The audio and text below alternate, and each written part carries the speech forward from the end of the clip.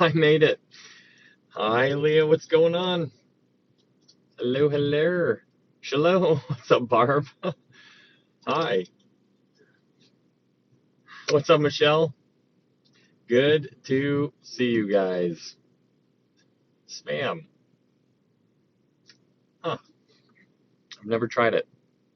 Um, doesn't seem like something I would enjoy too much. Hopefully, you guys have been doing pretty good. Sorry, I'm a little bit late. Um, did not mean to be. Had kind of a crazy night, but you'll have that. Hey, hey, been a while. What's up, Esther? Good to see you again. Yeah, it has been a while. What's up, Diana? Thanks, Leah. Uh, nice to see you too, Wendy. Yay, I made it on time. Good to see you. What's up, Michaela? Hello. Good to see you guys. Yeah, been an interesting day so far. So, um, that is why I'm later than usual. Um, but it is. Sorry about that. So if you guys were waiting on me, I apologize. I know I'm normally always on time right away, but um, 20, 26 minutes later than what I said I was going to be here is unacceptable. So sorry about that. Favorite book of the Bible? What's up, Tyler? Um, Favorite book? Uh, I mean, probably Revelation, just because I think it's so fun to try to figure that stuff out. That's the first book that we ever went over in this Bible study here. So that's my favorite book. Um, there's so much there to unpack, and a lot of people don't study it. So that also is attractive for me. I find it very interesting that a lot of pastors don't talk about it. A lot of pastors don't know about it. A lot of pastors will reference single verses here and there and incorporate them into their messages. They don't actually go through the book of Revelation. So the pastors that actually go through the book of Revelation get a shout out from me because many do not. They don't want to touch it. Um, I don't know. I don't understand why. It's just such a cool book. But that's short answer. What's up, Desiree? Hey, hey, long time no see. Hello, Holly. What's your favorite book, Tyler? Headed home after 3 weeks on the road. On the road? Oh yeah, that's right. You're driving. Hopefully, can you operate your truck? And man, do you have cameras inside your truck? What's up, Respiratory? What book are you on? We're in the book of Hebrews, and it is. I'm telling you what, guys, I am being blessed big time by going through this book with you guys. So I'm learning a ton. Hopefully, you guys are learning a ton. This book is so insightful, and chapter 9 is really neat. So we'll talk on that obviously tonight, but we're going to be focusing on chapter 9 and chapter 10. Chapter 10 is a difficult one for some people, but it's easier when you uh, understand the context and whatnot. I'm stretching out my leg right now. Oh gosh, nothing too much. Good. Are you working right now, Respiratory? Anybody here working? What book? Is anybody working? We got some night shifters in here, which I appreciate you guys being up with me. So you're off. Okay, nice, good. Um, we'll get started here in probably 5 minutes, and then we'll do what we normally do a recap of chapters 1 through 8. And I don't know, I always say I won't go too deep as far as the recaps go, but it always seems to take like an hour and a half to 2 hours of recap, which I do not intend, but I think it's important. It's not my plan tonight. I'm going to try to keep this one a little bit shorter just because I'm later. Retired for years. What's up, Jeff? Yeah, you got that retired life. We are closed on Saturday, Sunday, and Monday. Okay. What do you do, Rhonda? You're working, Esther? Nice. Hello. What's up, Wendy? Good to see you. Oh, man. I'm working on going to bed. It's late for this, Grandma. Yeah, I get it. I don't know where you're at in the States, if you're in the States, but yeah, it's 1:30 in the morning here. Hi, Kim. What's going on? Dry cleaner's nice. Um, I've only yeah, I used to send my stuff for my old job. I used to send my stuff there all the time. Um, Unfortunately, hospitals never close. Yeah, yeah. Utah, but I'm old. Well, if you want to hang out for a little bit, you can, and if not, hopefully I will see you again. But I understand sleep is important. I slept one time. It was fun. You're East Coast? Yeah, Lisa. Hi. I am East Coast. Dry cleaner here too. No way. We got two dry cleaners. What are the odds? Always love your lives. Thank you. I appreciate that, Sharon. I really do appreciate that. That's really cool. Um, I appreciate that a lot. Um, just so you guys, if you guys are prayer warriors or anything like that, if you wouldn't mind keeping my mom in prayer and my family. Um, my grandmother passed away today, and so we got hit with that. It was kind of expected. Doesn't really make it easier. So my heart goes out for my mom, especially when I found out today, a couple hours ago. But that that's going on. So yeah, if you don't mind just keeping my mom in your prayers, because that's tough. But yeah, no, it's you know she was saved, and so it was kind of was when I talked to her on the phone today. She was like talking, and she was focusing on how she's with the Lord, and so she started ex, expounding on that, and I thought it was really neat just to see, like that's our hope. It's just it's such an amazing thing when death. Like, I mean, it's appointed for all men once to die. Now, obviously, there are exceptions to that rule, like Lazarus. He died, he rose again, and then died again. But it's an interesting thing thinking about that kind of stuff, because I can't imagine. There's people out here in this TikTok world who are atheists and people who never want to come to Christ, and they will fight you if you are a Christian.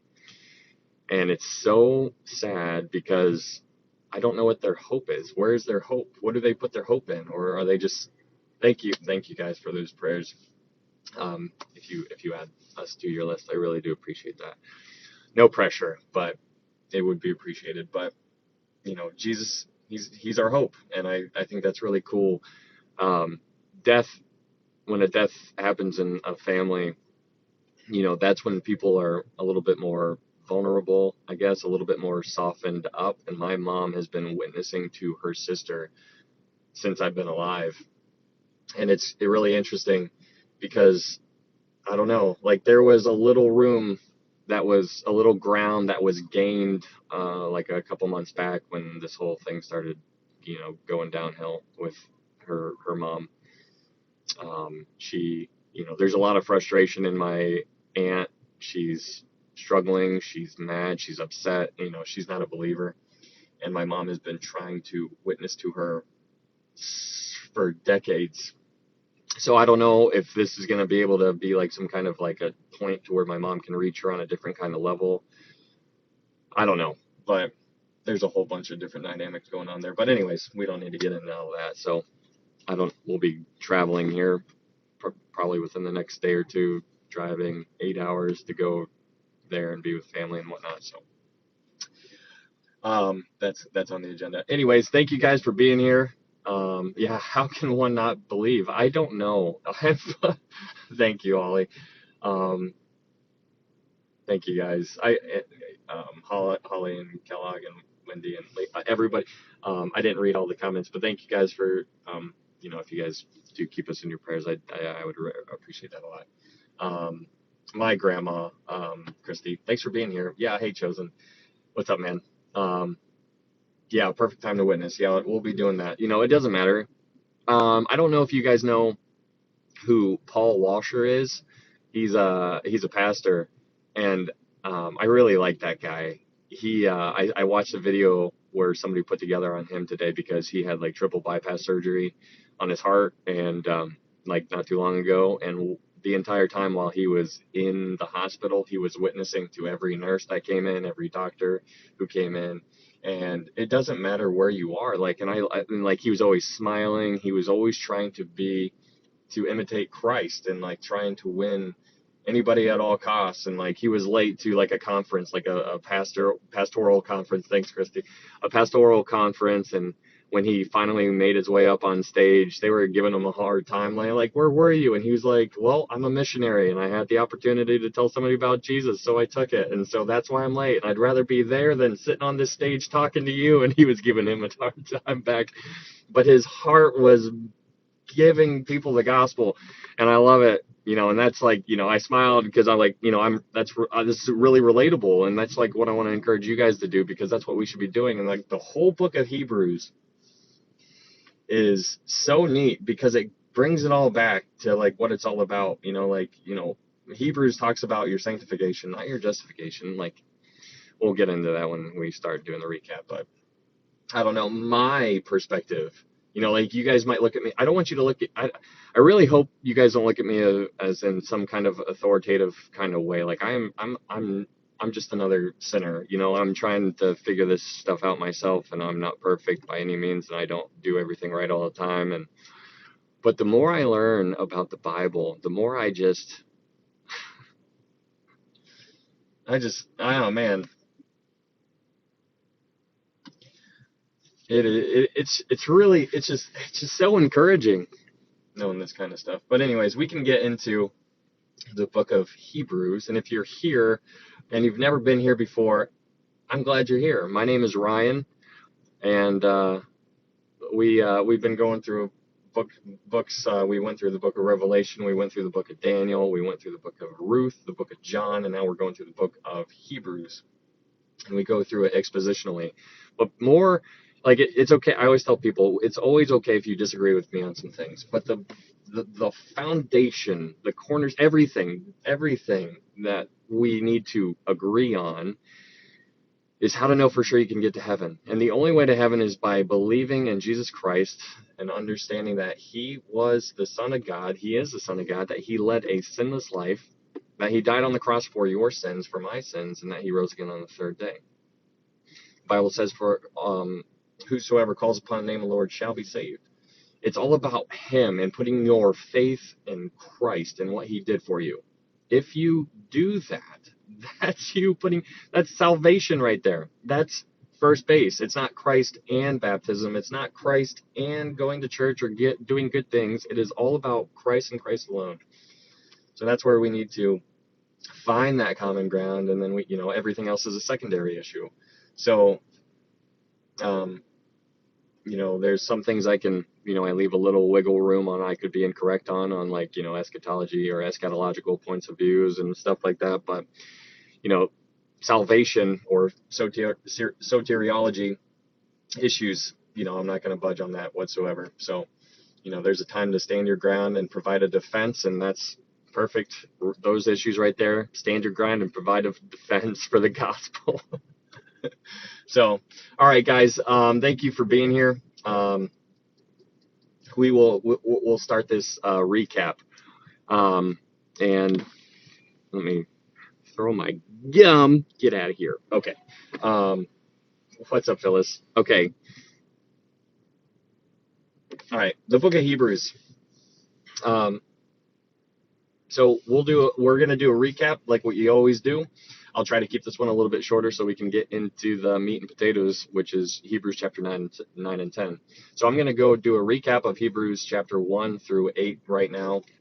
So if you missed any of those chapters, hopefully I'll touch base on some of those issues that you might have missed. But the book of Hebrews, I think it's interesting to point out who I believe the author is. And I believe the author is Paul. There's other people who disagree in that kind of thought process. Some people think it's Barnabas, some people think it's Apollos, but you can make all kinds of claims. Nobody knows beyond a shadow of a doubt, but you can make a super solid argument on why it's Paul.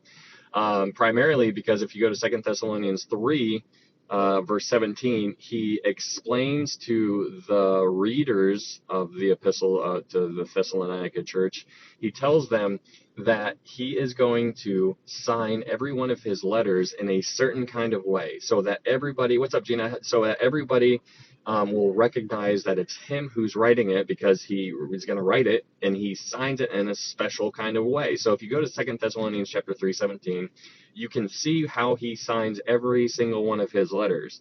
But when you go to the end of Hebrews, Hebrews chapter 13, if you go to Hebrews chapter 13, you'll see that it's not the same way how he signed all of his other letters. He signs it in a similar fashion, but it's different. It's different. He uses the word grace, and that's interesting because that is basically unique to Paul. If you look at the other authors in the New Testament books, you'll see that they have their style, but Paul uses the word grace.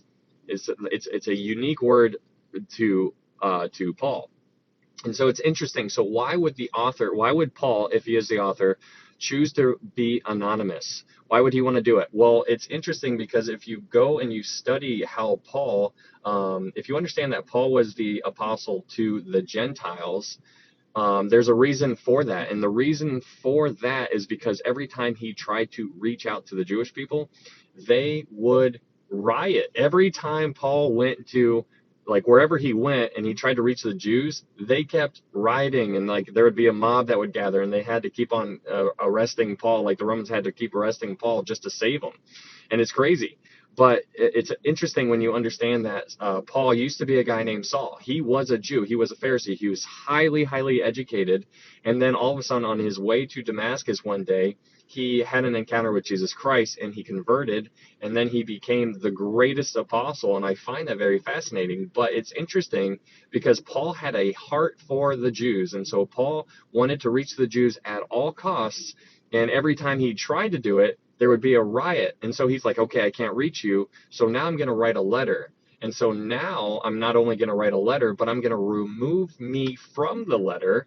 And so that way you can just hear what the letter has to say without having the biasness of thinking that it's from Paul, who you absolutely hate. Like there's Jews hated Paul. And so Paul was writing this to these people. And it's just an interesting thing. So he wanted to reach the Jews at all costs, and even if it meant removing him from the letter so that they could hear the words of the letter, because if Paul's name was attached to it, they'd be like, I don't want to hear it anymore. Like, Paul, I'm sick and tired of you. I don't want to talk to you. But by him taking his name out of it, it will allow for the message to get across. And that's the idea on why we think that it's Paul, why he removed himself from it. He didn't sign it how he normally signed all the other ones, like the letter to the Corinthians, or in Ephesians, Galatians, all those other letters that he wrote. But anyways, the book of Hebrews, there's a specific thing. It's essential to understand this when you start tackling the book of Hebrews. It's important to understand that the author is writing to saved people, to people who are Christians. That is who the audience is for this letter. And so keep that in mind, because that will assist you with certain thoughts when you start progressing through this book. That if you think that this letter, the letter of Hebrews, if you think it applies to lost people and saved people, or it only applies to lost people, then you're going to struggle with some of the verses that are in this book. So if you understand that this letter is specifically intended to reach saved people, it will assist you very much so. So it's an interesting thing. If you are able to remember that as you progress through this book, you will do well. It's also important to understand that this letter was written a couple years before 70 AD. And why is that important? Why is the date 70 AD important? The reason that this is important is because in 70 AD, that was when the fall of the temple occurred. That it was when the Jerusalem got destroyed by the Romans. This was monumental in history. That was a huge time period.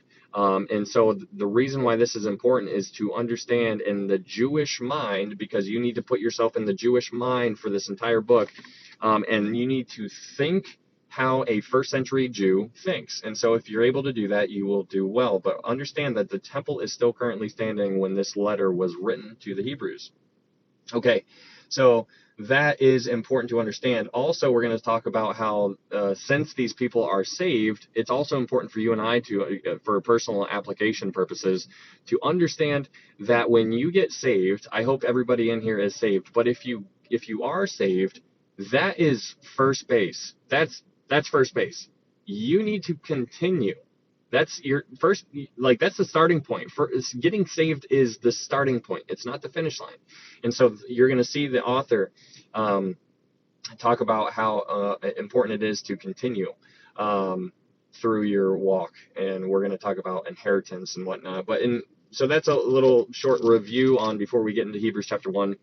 But in Hebrews chapter 1, the author talks about, okay, so there's certain things that we can pick up on. Another reason why we think it's Paul is because Paul was highly educated in the Jewish mind. And so if you read the book of Hebrews, you can tell that whoever wrote Hebrews is highly educated because he tackles the doctrine of the Jewish mind. And so, for example, within the first couple chapters of Hebrews, he addresses the three pillars of a Jewish mind. And those three pillars are angels, Moses, and the Levitical priesthood. So he starts tackling each one of those issues because he knows how a Jew is going to think, and he's going to be like, nope, I'm going to tackle that argument, I'm going to tackle this argument, and I'm going to tackle that argument. And so the first argument he tackles in Hebrews chapter 1 is the angel issue. And so he starts talking about how Jesus is better than every angel. He's like, which angel did God ever say, hey, you are my son, or hey, today I have begotten you? He says that there's 7 different quotes in Hebrews chapter 1, and that's an interesting thing because that's 7. So 7 is a number that is used frequently throughout the Bible. 7 spirits, 7 churches, 7 seals, 7 trumpets, 7 bowls. You can go there. There's all kinds of 7s all throughout the Bible. But here in Hebrews chapter 1, there's 7 quotes that he uses, and they're all taken from the Old Testament. That's important to understand. Every quote in Hebrews chapter 1 is taken from the Old Testament, which is the Greek Septuagint version. And that's interesting because he's talking the language of a Jew, because that's like the Old Testament. That's right up the Jewish person's alley. Like they studied that as much as they possibly could. So he's speaking a Jewish person's language, if you will, by quoting verses that they would all recognize, and that's what he does in Hebrews chapter 1. But he tackles the first pillar in Hebrews chapter 1 by tackling the issue of the angels. So that's the first one. And so then you get to Hebrews chapter 2, and it's important to understand throughout the book of Hebrews, the author gives 5 warnings. And we covered 3 warnings so far, and tonight we're going to cover the 4th warning. But in Hebrews chapter 2, we get the first warning. We get the first warning in Hebrews chapter 2, because in Hebrews chapter 2, verse 1, it says this: therefore we must give the more earnest heed to the things we have heard, lest we drift away. So in Hebrews chapter 2, verse 1, you're given the first warning. The first warning is not the danger of drifting away. But what's interesting in Hebrews chapter 2, verse 1, is the author of Hebrews ropes himself into it. He says, therefore, we must give the more earnest heed to the things we have heard, lest we drift away. And that's interesting, because if you think that the author is Paul, you and I probably put Paul on a pretty high pedestal, right? Like, he's like, man, that dude is a beast, right? Like, he knew it. He's so much better than I am. And like, oh, I want to be like Paul one day, like all this kind of stuff. Can we recap from 8? This is going to be a short recap. So it's interesting. He's roping himself into all of these things by saying that this whole letter applies to Paul himself as well. It applies to you. It applies to me. The dangers of drifting away. But that's what's going on in Hebrews chapter 2.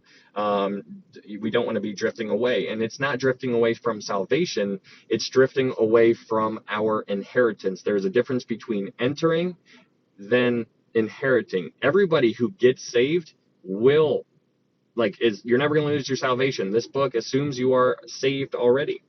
And that is very important to understand. Since this book assumes that you are already saved, it is not a salvation issue. This book is not something that you would go win somebody to the Lord with. This is a book that you would take somebody to help them see the purpose of enduring throughout your walk in your day-to-day life, because there's a danger that is afoot about losing your inheritance. So that's what's going on in Hebrews chapter 2. Then we get to Hebrews chapter 3. And one of the reasons why we believe, or we understand and know, that the audience is intended to the audience is saved people is because in Hebrews chapter 3 verse 1 it says, "Therefore, holy brethren." You only call people holy brethren if you know that they are saved. And so that's what Paul is doing here. He's referring to these people as holy brethren. So he's like talking to Christian people. Hey, holy brethren. Hey, this applies to you. This applies to me. This applies to you. If you are saved right now, this applies to you. And it's very important to understand that. But we get to the second warning here. And the second warning here is the danger of disobedience in Hebrews chapter 3, verse 7. And it talks about the rebellion in Hebrews chapter 3, verse 7 through 11. And we talked a lot about that. If you guys missed those, you're going to need to go back and watch the videos that I put up on YouTube, because these are so important to understand, because it refers to the rebellion at Kadesh Barnea. And that is where they were wandering through the wilderness, and there's this big long study. I don't want to get too deep in it. But you can go unpack that, because that's all back in Numbers 14. And it's important to understand that. But it's important to understand that the author here of Hebrews is directing you and I to go look at Numbers 14, because that's where the whole event occurred. The people who are wandering through the wilderness, they disobeyed God 10 different times, and then God put his foot down, and then he didn't allow certain people into the promised land. He only allowed 2 people into the promised land, Joshua and Caleb. That's crazy. Out of all those Israelites, out of all of God's people, only 2 people entered in. Moses wasn't even allowed to go in. I find that mind-blowing. You really need to think about this kind of stuff, because this should put a fire up under your butt, in a sense, to just do better, because that's what we should be trying to do, right? Every single day, if you know those graphs, how you're doing in your day-to-day walk, the last 3 days I was going up, but the last month I was going down, and now I'm going back up. It's I want you to have minimal valleys, and I want you to go up more and more, no matter what you're going through, whether it be physical or spiritual or whatever it is. We need to dive more into here so that we can maintain an upward trajectory, because that's very important to understand. But it's interesting so that's Hebrews chapter 3. We don't need to get more into that. But then Hebrews chapter 4 talks about the different rests. There's different rests. There's the creation rest, the Canaan rest, and the Sabbath rest. We talked about that. If you go to Genesis 2:2, there's that rest there. The rest word there in Genesis 2 means Sabbat, with Sabbath. And that's interesting. But we can he talks multiple times in Hebrews chapter 4 about today. Today is the day. Today. Don't wait till tomorrow. Do it today. If you study Paul and you start to learn his style and the way he was thinking, you get inside his brain a little bit. Just how if you read 20 of my letters, you would get this, you would pick up on my humor, my sarcasm, and all this and that. The same thing, you can do the same thing to Paul. And what Paul, if you start reading his stuff, you'll be like, oh, hey, all of a sudden I'm picking up a sense of urgency. Paul had an idea. He's wait, Paul was saying, I need to run so that I might win. And he's I got to go so that I can maybe save some. And I got to do this so that I can win the prize. Paul had a way of wanting to reach people. And he was almost, in a sense, you could almost, I'm not saying he was, but there was a little bit of a paranoia almost behind his brain, because he was aware of the ability to lose your inheritance. And that is, you don't want to do that. You do not, inheritance is not salvation. Once you're saved, you're always saved. And once you are saved, awesome. What are you doing with it? That's the question. That's the question that I'm asking you guys. If you are saved, good. High five. Let's do it right here. But what are you doing with it? And so that is what Paul is trying to tell his people that he's writing here in this letter. Anyways, that's what's going on in Hebrews chapter 4. And then we get to Hebrews chapter 5, and this is where he starts. Oh, so in Hebrews chapter 3, he starts talking about Moses. That's the second pillar. Hebrews chapter 5, he addresses the third pillar of Judaism, and this is the Levitical priesthood. High five, Arthur. In Hebrews chapter 5, he mentions this guy named Melchizedek, and Melchizedek is an awesome character, and we unpacked him, this topic, pretty deeply, but I think it's interesting. If you weren't here for it, we don't need to get too deep into that, but basically Melchizedek was a king and he was a priest, and this is exemplified in Genesis chapter 14, and it references Melchizedek had no beginning, he had no end. Not saying that he didn't ever die, because he did, but it's interesting when you start to compare and you start to dive in, and then you understand that Jesus is a priest forever according to Melchizedek. Thank you, Kimmy, for that flower. But it's interesting. Melchizedek is a key player, and the author of Hebrews directs you and I to go study Melchizedek. And you need to study Melchizedek in order to understand the book of Revelation as well. But that's a different topic. But Melchizedek, the key takeaway is that he was a king and a priest. There are a whole bunch of kings, there are a whole bunch of priests, but there are only 3 people who are kings and priests. So that's important to understand. Melchizedek was a king and a priest. Jesus Christ is a king and priest. Was Melchizedek Jesus? No, Arthur. No, he was not. That's a good question. There's a lot of reasons why he was not, but like one reason, for example, just on that, because he was of the order of Melchizedek, so he was, the idea is that he was not of himself in this kind of context, because like Mary, like he's like for example, he's the son of David, so he's of David, so that doesn't mean he is David. He's of the order of Melchizedek. That doesn't mean he was Melchizedek, and the author of Hebrews even addresses that as well. But no, this is not Melchizedek. That's a conversation, though. That's a good conversation. A lot of people think that it actually was Jesus. I am not one of those people. I do not think it was, but it's not that big of a deal, honestly. There's other reasons that I talked about last time. But anyways, then we get to Hebrews chapter 6. And Hebrews chapter 6 is one of the toughest chapters for some people. Hebrews chapter 6 is only difficult, in my opinion, if you do not remember that this letter is written to saved people. So if you go into Hebrews chapter 6, understanding that he is writing to saved people, Hebrews chapter 6 is so much more easy, or so much easier, more easy. But in Hebrews chapter 6, he refers to a whole bunch of issues that we talked about last time as being elementary principles. And that was very sobering for me, because, like, if you examine yourself and examine how much you know about the Bible and examine how much you tell people about Christ and these types of things, Paul refers to those things as elementary issues. And I'm just like, well, that's kind of crazy, because that's a big deal for me. I'm like, man, are you kidding me? I would not have classified that as elementary, but Paul did, and that's very, you can unpack that. We talked about it last time.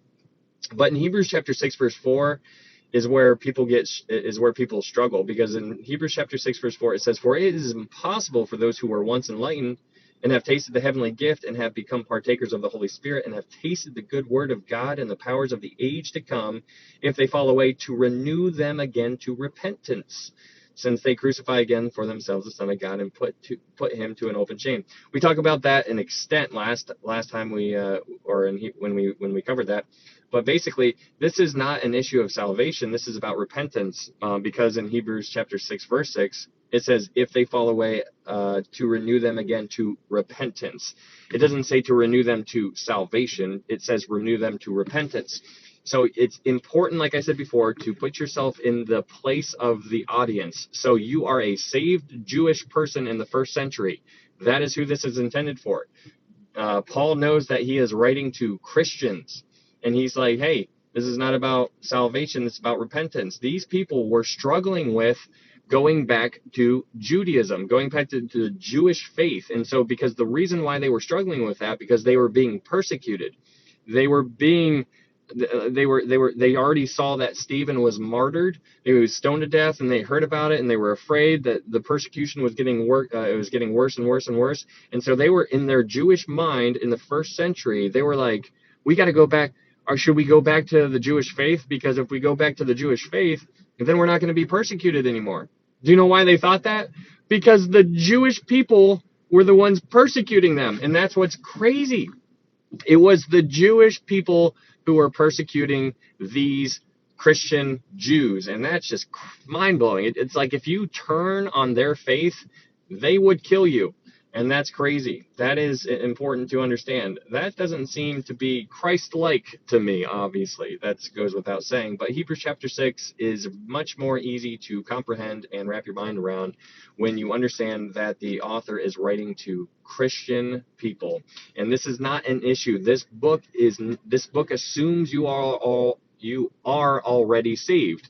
If you are already saved, then the issue at hand is sanctification. There's 3 tenses of salvation. When you get saved, if it was 5 years ago, 7 years ago, 10 years ago, you were justified. Boom, you got your passport stamped. You're going. Good job. Woo! But that's justification. That was back whenever you got saved. That was a past tense. That was justification. Present tense, like as in what we're doing right now, that's called sanctification. We are currently being sanctified. And then when we get home, we will be glorified. So there are different tenses of salvation: justification, sanctification, glorification. So that's what's going on in Hebrews chapter 6. But then you get to Hebrews chapter 7. I'm sorry, I forgot to tell you about the third warning. The third warning is in Hebrews chapter 5, right around verse 10. And this is a warning of not being stagnant. This is a warning of making sure you're progressing with maturity, because he's talking to people who should have been teachers already. So in Hebrews chapter 5, that's the third warning. That's the third warning out of 5 warnings. So sorry I missed that. But then we get to Hebrews chapter 7, and he picks up talking about Melchizedek again. So he stops talking about Melchizedek in chapter 5, and then he picks it back up in Hebrews chapter 7. And so Melchizedek is a very, very important character, but he's also bringing Melchizedek into play because Jesus was after the order of Melchizedek. Why is this important? This is so important from the Jewish mind. Remember, it's not like he's not talking to Gentiles here. He's talking to Messianic Jews, like Christian Jews. And so he was basically letting them know that the Melchizedek, I want to compare and contrast the Melchizedek priesthood to the Levitical priesthood, because in the eye of a Jew, the Levitical priesthood was everything. It was everything. You had to go and be under the law. Well, everything changed when Jesus came, because he died when he died on the cross, everything was different. It was completely the game was new rules. That's why they call it dispensation. It's a dispensationalism type of view, because there's different times throughout different history, different things apply to different people differently, and now things apply to you and I that didn't apply back then, and vice versa. And so that's why people refer to it as dispensationalism. It's dispensationalism, to put it in layman's terms. It just means house rule. Like, hey, we're in this house right now. These are the rules that apply to you. Okay, hey, we're moving to this house. Now these are the rules that apply to you. And it's an interesting thing. It's an interesting study, but it's always through faith. Salvation is always through faith, no matter what. We'll talk more about that tonight because it's an interesting topic, but that's what Hebrews chapter 7 is about. He talks about and he compares the Melchizedekian priesthood to the Levitical priesthood. And it's a great study. If you weren't here for it, then you should go back. I put it up on YouTube already. You can go watch it, but it's a really neat thing. But then we get to chapter 8, and in chapter 8, we are told about a better covenant. The topic here in chapter 8 is talking about a better covenant. So one of the themes here in the book of Hebrews is a better. It's a better Jesus. It's a Jesus is better at this. Jesus is better than this. Jesus is better. Jesus is better. Jesus is better. And he's the reason why he's doing that. Keep in mind. Always keep in mind who the author is writing to. Who is it? Christian Jews. Okay, and then remember to think how a Christian Jew would think. And so he's reminding them not to go back to Judaism, because if they do, they put themselves back under the law. They just got out from under the law and they got under Jesus. And so now they're wanting to go back under the law. And so he's like, no, the old covenant was okay, but the new covenant is better. And so that's what he's doing. He's comparing what was what once used to be, and he was comparing it to what now is. And he's trying to wrap their minds around this type of thing because they were struggling with it. And so that's what's going on in chapter 8. It's talking about a new covenant. We talked about the new covenant in Jeremiah 31, verse 31, and so on. Jeremiah 31, verse 31 through like 40, I think it is. But it talks about the new covenant. So it's also very interesting because if you go back to Jeremiah chapter 31, where it references the new covenant, what you see is that in the Old Testament, the people back in the Old Testament were aware that there was going to be a new covenant coming. And I want you to think about that, for example, for a second. Because if you're driving a car and I'm like, hey, one day soon, you're going to get a new car. You're going to be like, heck yeah, woo, because that wheel just fell off. No, you're going to be excited because you're going to get something new, and the new one's going to be better. And so that's what he was reminding. He not only was letting them see that there was going to be a new one, but what that does in the Jewish mind is it allows them to be like, wait a second, if there's going to be a new one, then that automatically implies that the old one was meant to be temporary. And that is interesting. So from a Jewish standpoint, their Old Testament, their old covenant was temporary. And so that is important to understand from a Jewish point of view. This is a Jewish book. We worship a Jewish God, so we need to learn how to think like Jews do, and we will be we will understand a lot more if we are able to do that. So that's what's going on in chapter 8. So that is chapter 8 in a nutshell. So hopefully that was a short one, short review. But what's up, Biggie Cheese? I don't tip at restaurants. What? Thank you. Sheesh. Yeah, no problem. All right. That is a brief recap. Good to see you here, Biggie. Thanks for being here, man. Okay. So that was probably like a 30-minute recap, 30-minute. Not bad to how it normally went. But we're going to be bringing up some of the stuff that we talked about before. And if you were here, hi, Savannah. Thanks for the recap. Yeah, has anybody been here for the entire book of Hebrews so far? Has anybody been here for chapter 1 through 8? Because if you have, then hopefully you're tracking a lot of this information, and it's beginning to make a lot more sense as we go through. Yeah, not bad at all. Usually they're over an hour. Recaps are always good. Let's go, Cindy.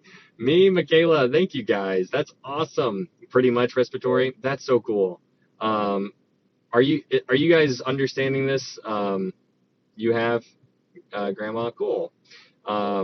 That's awesome. If you guys have been, I hope you're able to see it differently and understand it differently, because you can't just so I can yeah, absolutely you can, Josen. I have awesome Ren Michelle, cool.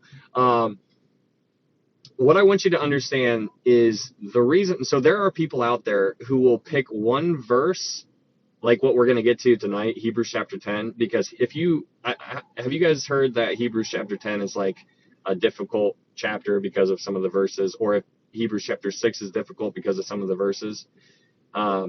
If you guys have heard those things before, like you're in the majority, like that's like everybody's like, oh, Hebrews 6 and Hebrews 10, that's like a big deal.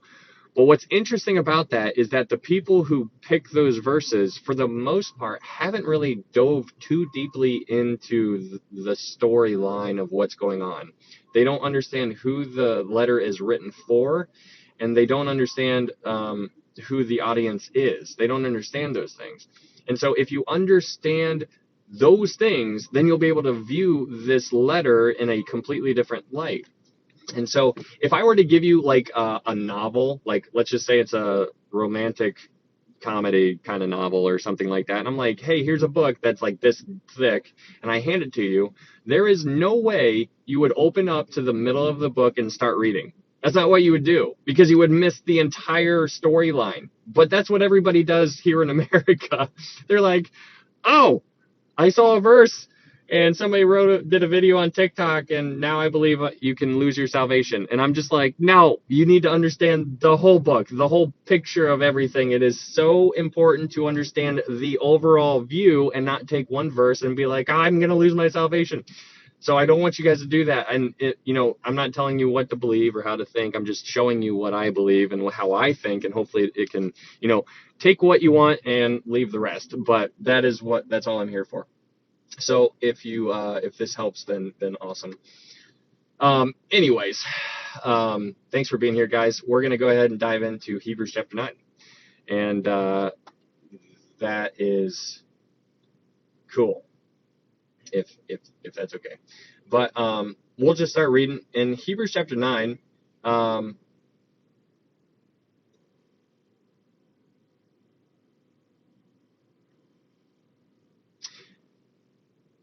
Okay, Hebrews chapter 9. We'll dive into it. Hebrews chapter 9, verse 1. And before we dive into it, a good way to focus on what we're going to get into here in Hebrews chapter 9 is that we're going to be focusing on a better sanctuary and a better sacrifice. Okay, so keep that in mind. That's going to be kind of the theme of this chapter. It's going to be focusing on a better sanctuary and a better sacrifice. So moving to Hebrews chapter 9, verse 1. In Hebrews chapter 9, verse 1, it says this: Then indeed, even the first covenant had ordinances of divine service and the earthly sanctuary. Okay, so where it says, then indeed, even the first covenant, that first covenant right there is talking about the Old Testament. So Old Testament could just be said Old Covenant. So that's the Old Covenant. Remember, he's talking to Jewish people. He's talking to Christian Jews who are struggling and are thinking about going back to Judaism, because if they go back to Judaism, they will not be killed or they will not be persecuted. In their mind, that's what they think. They will not be killed or persecuted if they go and pretend to be a Jew again. So in Hebrews 9, verse 1, it says, then indeed, even the first covenant, which is referring to the Old Testament, had ordinances of divine service and the earthly sanctuary. Earthly sanctuary, that's interesting. This is telling us where we're going with this chapter. We're going to be talking about the sanctuary, which is the tabernacle back in the Old Testament. And here in verse 2, Hebrews 9, verse 2, it says this: For a tabernacle was prepared, the first part, in which was the lampstand, the table, and the showbread, which is called the sanctuary. And behind the second veil, the part of the tabernacle, which is called the holiest of all. Okay, so in verse 2, it says the first part, and in verse 3, it says the second veil. Okay, so in verse 2, it says the first part. In verse 3, it says the second veil. So you have two parts of the tabernacle. Now, if you guys picture a rectangle, you see that you split that rectangle in half. And the first part, when a priest enters in, is called the holy place. And that's where the priest could just go in. They went in every single day. But the place right in behind the veil, which is called the second veil, which is the second part, is called the Holy of Holies. And so that's what it's referring here in Hebrews 9:2 and 9:3. The first part, which was the holy place. The second part, behind the veil, was the Holy of Holies, or the most holy place. So that's what's going on there. And it tells us in verse 2 that there were certain things going on in the first part. And it says the lampstand, the table, and the showbread, which is called the sanctuary. Now, if you know anything about how the tabernacle was set up, you know that there are certain things within the holy place. So like right when you walked in, you know that you would see on your left a menorah. A menorah is a lampstand, which is what it's talking about here in verse 2, which has 7 candles on it, 7 candles. And then on the right side would be a table, how it just told us, with 12 pieces of showbread. And what's interesting about that is that is all it mentions here. It doesn't say anything about what else is in the holy place, because it's not associated with the holy place. It's associated with the most holy place. Now, what I'm talking about, what's missing here, if you know your stuff about the tabernacle, is that it left out the altar, where they burnt the incense. And that comes to play in verse 4. But it's not mentioned with the first part where any priest could go into. It's associated with the Holy of Holies. And I find that very interesting. So I hope you're understanding what I'm saying. If you were to walk into the tabernacle as a priest right now, the first place that you would walk into would be called the holy place. There would be the lampstand, there would be the showbread, and there would be the altar of incense. Okay? But it's not mentioning the altar of incense with the holy place. It's only mentioning the altar of incense where they burnt the incense with the most holy place, which is what it talks about in verse 4. And I need you guys, it's an interesting thing to consider that the incense is associated with the most holy place, even though it's in the holy place. And it's just an interesting thing because the incense represents prayers. Like that prayers goes before the Lord. That's like a smelling aroma. That is like when you pray, it goes before the Lord. Like that's what it's representing. And so it's an interesting thing that it's in the holy place, but it's associated with the most holy place.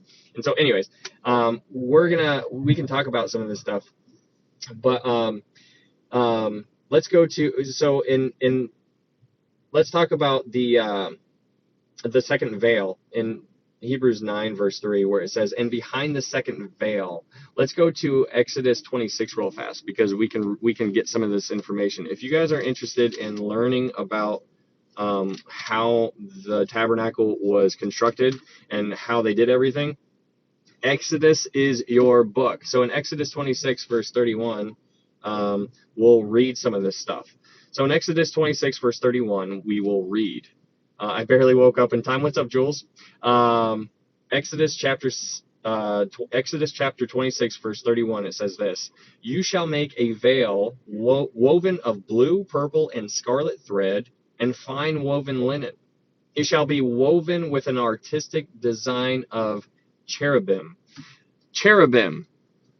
Interesting. Now, cherubim is plural. That means that there's 2. Anything with an im at the end of it means that there's more than 1. So cherub is the singular. Cherubim is the plural. Moving on to verse 32 in Exodus 26, verse 32. It says, you shall hang it upon the 4 pillars of acacia wood, overlaid with gold. Their hooks shall be gold upon 4 sockets of silver. Okay, so now I'm just going to stop there because we're going to talk about gold and silver for a second, because it's bringing it up here.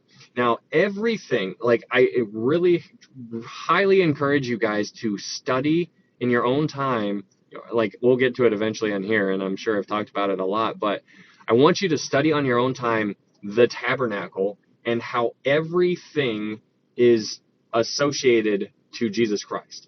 Everything. It all relates back to Jesus. It doesn't matter what it is, it points back to Jesus. For example, in Exodus 26, verse 32, it brings gold into play, and it also brings silver. Very interesting. So just a little fun fact for you: gold represents like the deity, like everything pure, right? But silver, for example, it says upon 4 sockets of silver. This is talking about the veil. It's being held, that veil that separates the holy place from the most holy place. That veil is being held up by silver sockets, and silver represents blood. Silver represents blood. And if you dive deeper into it, whatever the tabernacle was, the foundation of it was on, it was built on silver things. So it meant that it was standing on blood in a sense. If you're looking at it through that type of lens, it was everything is on the blood. And so it all goes back to Jesus. It doesn't go back to the animal blood. It goes back to Jesus's blood. And so that's important to understand, that silver represents blood. 30 pieces of silver, that was blood money. Judas himself says, I have betrayed innocent blood. The potter's field, it was bought with 30, everything, silver, silver, silver.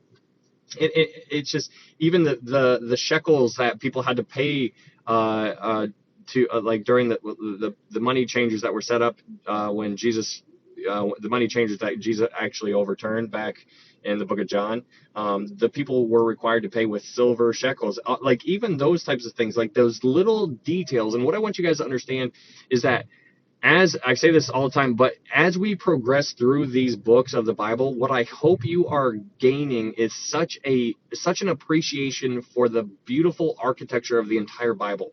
Everything is going hand in hand all the way throughout, from the beginning of Genesis all the way to the end of Revelation, and it is absolutely wonderful. You can't do that. Like, it has to be divinely inspired in order for that to occur, and sure enough, it is. Anyways, go back to Exodus chapter 26, verse 33. And it's in verse 33, it says, and you shall hang the veil from the clasps. Then you shall bring the ark of the testimony in there behind the veil. The veil shall be a divider for you between the holy place and the most holy. You shall put the mercy seat upon the ark of the testimony in the most holy place.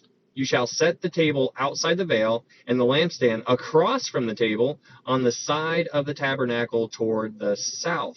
And you shall put the table on the north side. You shall make a screen for the door of the tabernacle, woven of blue, purple, and scarlet thread, and fine woven linen made by a weaver. And you shall make for the screen 5 pillars of acacia wood, and overlay them with gold. Their hooks shall be gold, and you shall cast 5 sockets of bronze for them.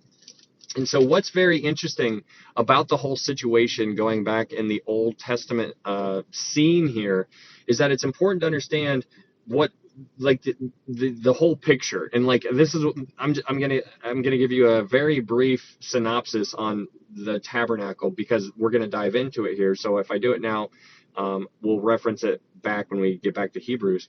But the picture of the tabernacle is what is going on in Hebrews chapter 9, which is what we're talking about. And we're in Exodus so that we can understand the tabernacle, at least to some degree.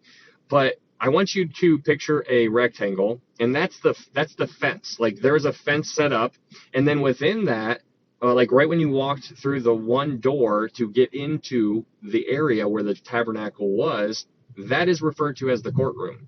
And so right when you walked in, there would be something that would, it was called a bronze altar, and that's where they would have that was where they would have the burnt offering, right there. So you would walk in, boom, bronze altar.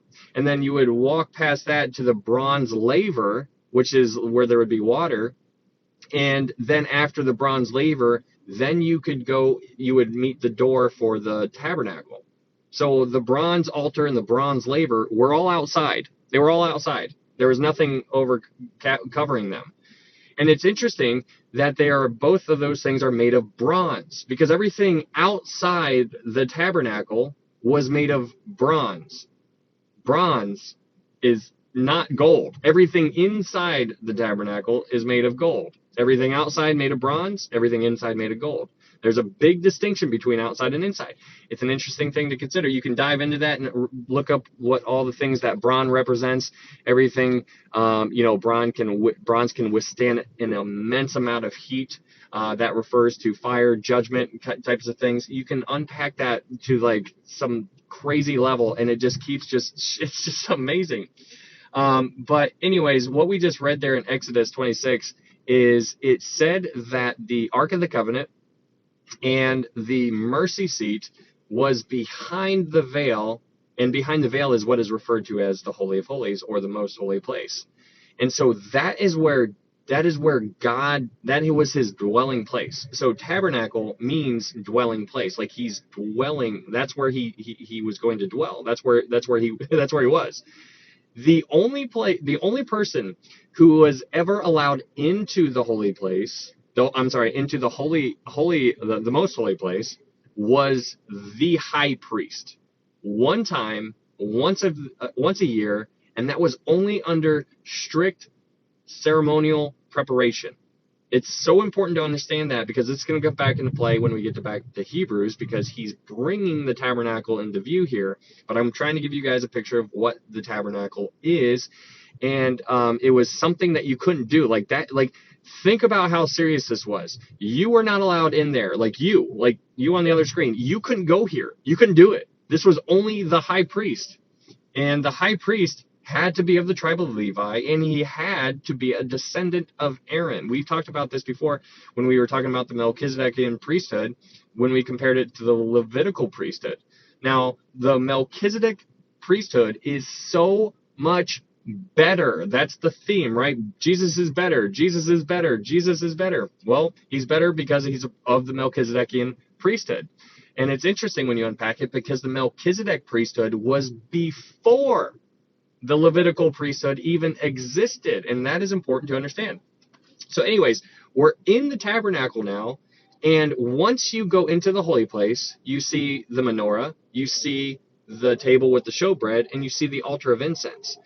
This was, any priest could go in, because they had to do it, and they had to do it every single day. Okay, so get the picture here. Every single day, a priest would go into the holy place, and they would check on the lampstand, and they would check on the showbread, and they would leave, and then they would do their priestly duties, and then they would leave.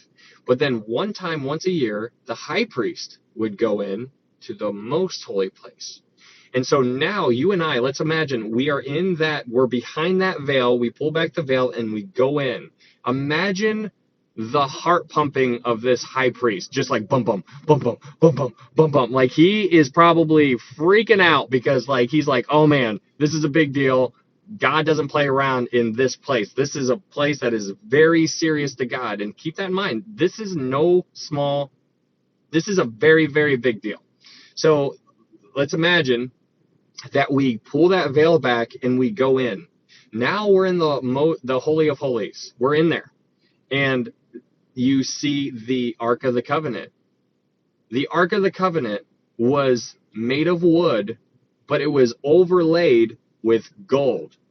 Okay, so remember that. It is made of wood, but it's covered in gold. Okay? That's one piece. That's just one thing. So picture like a little box, like Raiders of the Lost Ark with Harrison Ford. That's just like a little picture for you, but picture that. That's what it is. And then on top of that is a completely different piece. On top of that is something called the mercy seat. The mercy seat went on top of the Ark of the Covenant, but the mercy seat was completely made of gold.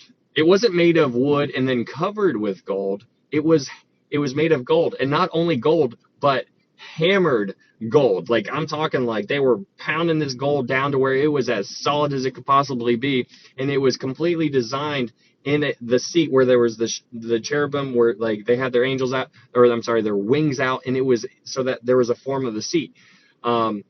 So that, like, their wings would be on the back side. So if you leaned back on it, like, the wings would be supporting you as your backrest. And so that's what's going on here. But understand the difference here. The Ark of the Covenant was made of wood and covered in gold. It was made of wood, which wood kind of decays, right? Like, wood doesn't last forever. But it's interesting that it was covered in gold. What was inside the Ark of the Covenant? Well, you had the rod of Aaron that budded. You had the golden bowl with manna in it, and you had the 10 commandments were in there. Okay, but what's interesting is that the mercy seat was made of complete gold. It was just absolute pure gold. And so these are two different things. The mercy seat was on top of the covenant.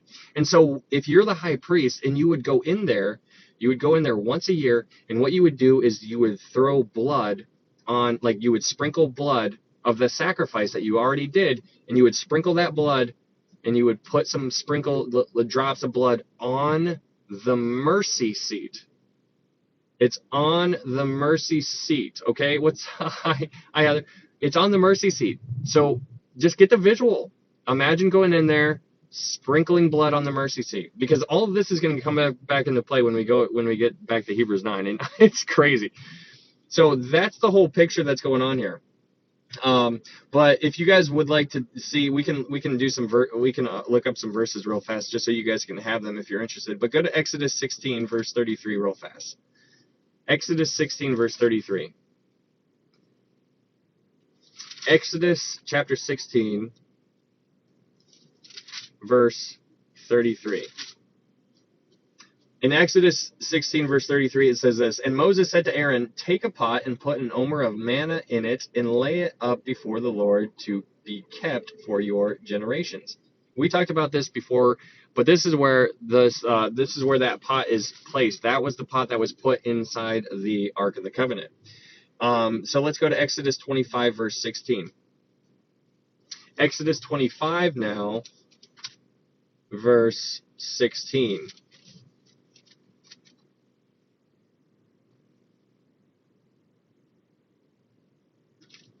And in Exodus 25 verse 16 through 21, it says this. Exodus 25 verse 16, it says, "And you shall put it into the ark, the testimony which I will give you. You shall make a mercy seat of pure gold. 2.5 cubits shall it be its length, and a cubit and a half its width. And you shall make 2 cherubim of gold of hammered work. You shall make them at the 2 ends of the mercy seat. Make 1 cherub at one end, and the other cherub at the other end. You shall make the cherubim at the 2 ends of it of one piece with the mercy seat. And the cherubim shall stretch out their wings above, covering the mercy seat with their wings, and they shall face one another. The faces of the cherubim shall be toward the mercy seat. You shall put the mercy seat on top of the ark, and in the ark you shall put the testimony that I will give you." That testimony is talking about the 2 tablets, the 10 commandments. So that's what's going on there, and that's just an interesting study. But obviously, it specifically instructs them to put the mercy seat on top. And so there are many people out there who assume, myself included, we can't know for sure, that mercy seat is going to be the seat that Jesus sits on during the millennial kingdom. Because, we've talked about 2 Samuel chapter 7, where the Davidic covenant, right? The Davidic covenant is an everlasting covenant. And that is basically talking about how, like in the book of Luke, when Gabriel shows up to Mary, he says that he will sit on the throne of David. Jesus will sit on the throne of David. Well, Jesus never did that. So does that mean that Jesus didn't fulfill all the prophecies? No, it just means that he hasn't fulfilled that one yet. It's going to happen, and that is what is going to occur during the millennial kingdom. But the mercy seat that we're talking about here is what is in play, and that is what's going on. So keep that in mind. That's what's that's all of this can be found in the book of Exodus. But it's just very interesting to me that the Ark of the Covenant was made with wood covered with gold, and then the mercy seat was made with pure gold that was absolutely hammered. Like, what? So I find that very interesting. Okay, so keep all of that in mind. The priest would go in there, sprinkle blood on the mercy seat. That is where God was dwelling, in that mercy seat. That's where that's his dwelling place. And now keep all of that in mind. Now let's go back to Hebrews. That's just like a way of kind of painting the picture here on what we're diving into in Hebrews chapter 9. So let's go back to Hebrews chapter 9 and let's read the first couple verses all over again, and hopefully that will make some more sense. But in Hebrews chapter 9 verse 1, it says, "Then indeed even the first covenant had ordinances of divine service and earthly sanctuary. For a tabernacle was prepared, the first part, in which was the lampstand, the table, and the showbread, which is called the sanctuary.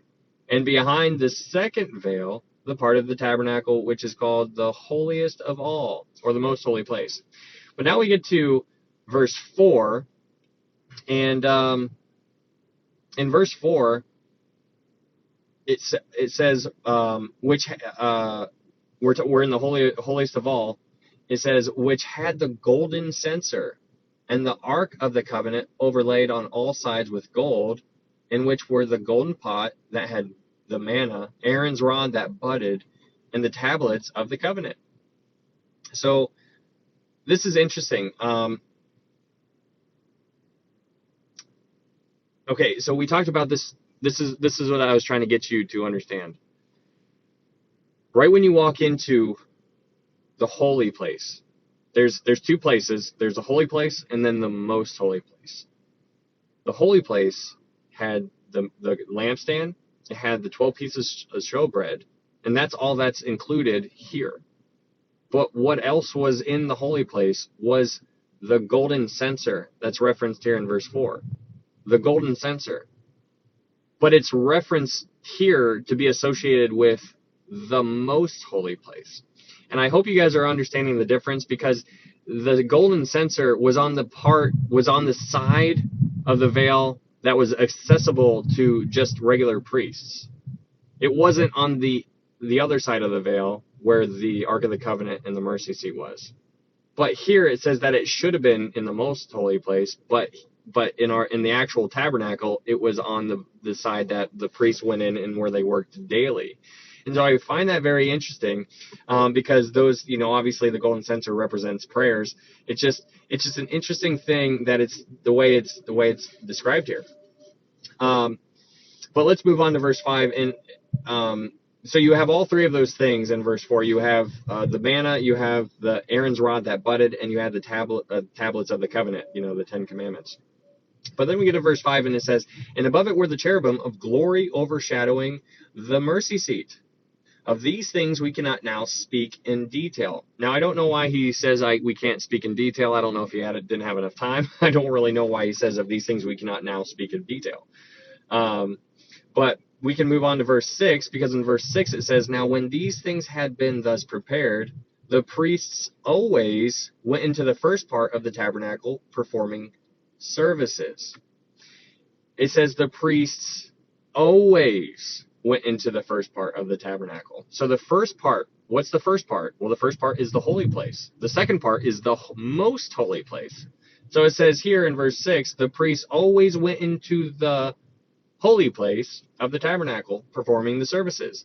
So let's go to Exodus 30 real fast. Exodus 30.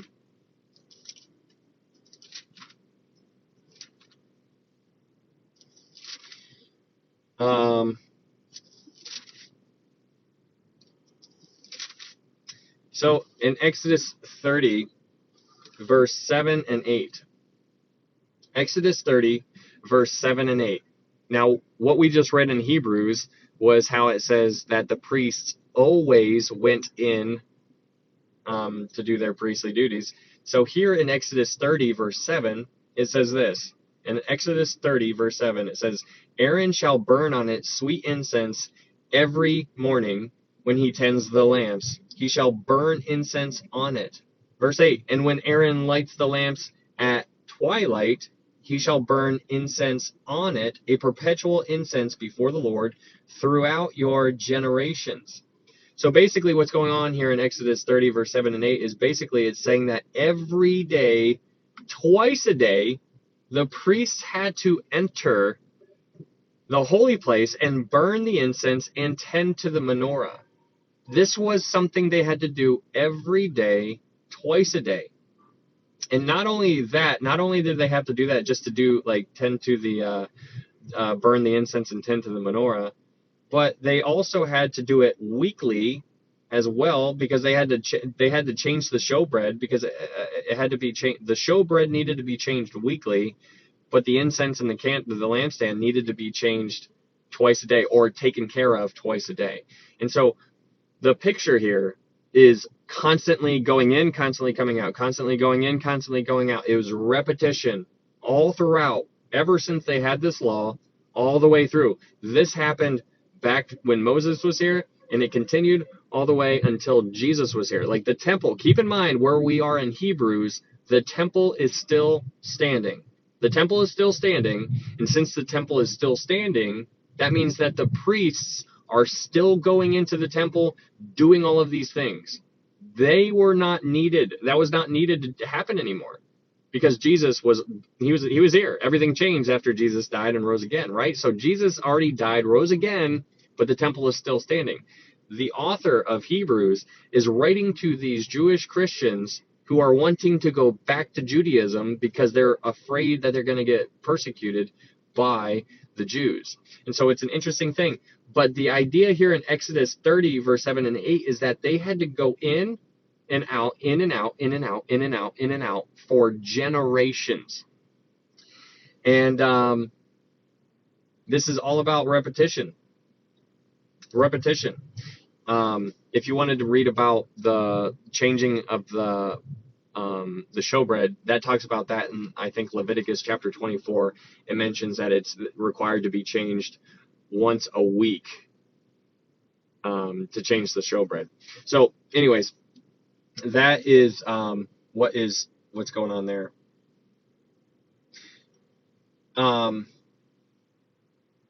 Actually, let me look that up real fast because now I'm curious. Because now you know how my brain works. If I bugs me when I don't know something.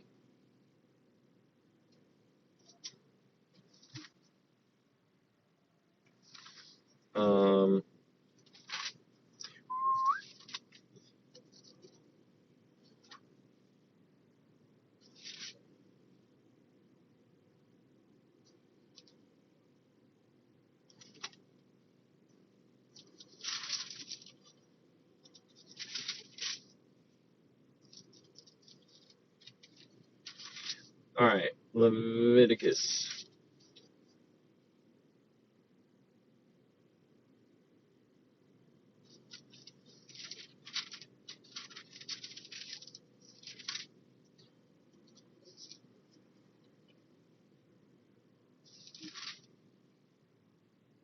Oh, yeah, okay. Leviticus in Leviticus 24 verse 5. Leviticus 24 verse 5, if you're interested, it talks about the showbread. Leviticus chapter 24 verse 5, it says, "And you shall take fine flour and bake 12 cakes with it. 2/10 of an ephah it shall be in each cake. You shall set them in 2 rows, 6 in a row, on the pure gold table before the Lord. And you shall put pure frankincense on each row, that it may be on the bread for a memorial, an offering made by fire to the Lord. Every Sabbath he shall set it in order before the Lord continually, being taken from the children of Israel by an everlasting covenant." Okay, yeah, so every Sabbath they were supposed to go in there and change it out. So it's an interesting thing. It's an interesting thing to study that kind of stuff, but I would encourage you to do that because it's a great study. Everything about the tabernacle is absolutely wonderful, and it will be very edifying if you just dive into that in your own time. We might do it when we get to the book of Leviticus, but we're in Hebrews now, and so all of that is just a way to talk about what's going on in Hebrews 9. So let's go back to Hebrews chapter 9. Hebrews chapter 9 verse 6. It says, "Now when these things had been thus prepared, the priests always went into the first part of the tabernacle, performing the services." Verse 7, "But into the second part the high priest went alone once a year, not without blood, which he offered for himself and for the people's sins committed in ignorance." So this is what he's comparing here. He's saying that in verse 6, the priests always did it. They always did it. And so, okay, we're going to read all the way to verse 10, and we're going to unpack some things here. But in verse 7, it says that the high priest went alone once a year, not without blood, which meant it's just like a double negative, which means that he did go in with blood. He went in with blood once a year, and he offered it for himself and for the people's sins committed in ignorance. Now, what is important to understand here is the word. If you go to the Old Testament and you read if you go in your Blue Letter Bible, hopefully you guys utilize the Blue Letter Bible app because it makes things so much simpler. But if you just type in search in the Old Testament and just type in the word atonement, and then you find a verse like in Exodus or whatever, and you click on the word atonement, in the Hebrew, that word means kippur. It's like the word is kippur. So atonement in Hebrew is kippur, and so that's probably, sounding some light bulbs are going off in your mind. But kippur means atonement. Kippur means Yom Kippur, right? Like it makes a lot of sense. So Yom Kippur, atonement. So what does atonement mean? It means covering. And so we're going to read all the way to verse 10, and then we're going to unpack some of this stuff. But I want you to keep in mind that the word atonement is the Hebrew word Kippur. So Yom Kippur is a big thing. It's once a year. Yom Kippur, they would go in. That was when the high priest would go in to the Holy of Holies, and he would sprinkle the blood on the seat. But we're going to talk about that more in a second. But let's go to Hebrews 9, verse 8. Hebrews 9, verse 8, it says, the Holy Spirit indicating this, that the way into the holiest of all was not yet made manifest while the first tabernacle was still standing. It was symbolic for the present time in which both gifts and sacrifices are offered, which cannot make him who performed that service perfect in regard to the conscience, concerned only with foods and drinks, various washings, and fleshly ordinances imposed until the time of Reformation. Okay, so before we get to the main thing, I find it very interesting here in verse 9. It says it was symbolic. So it's important to understand, I can't remember it. Romans.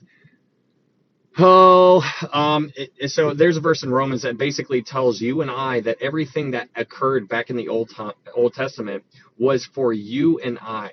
It was for you and I to fall back on and to remember and be like, oh, everything that happened back then was because of, like, they were modeling Jesus. Everything they did, everything in the tabernacle, everything that they did in the temple, it was all foreshadowing of things to come. And so now you and I have that to reference. And so that's a verse, and I want to say it's verse 4, or it's in chapter 4. It's 4 is involved somewhere in Romans. I can't. But it's interesting because here in Hebrews 9, verse 9, it says specifically it was symbolic. Everything they were doing was symbolism for things to come.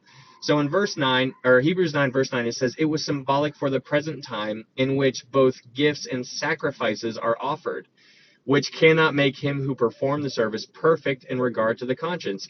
What is going on there? What's going on there with the word gifts and sacrifices? Because it says in which both gifts and sacrifices are offered. Let's go to Exodus chapter 25. Let's talk about gifts here for a second. Exodus 25. So in Exodus chapter 25,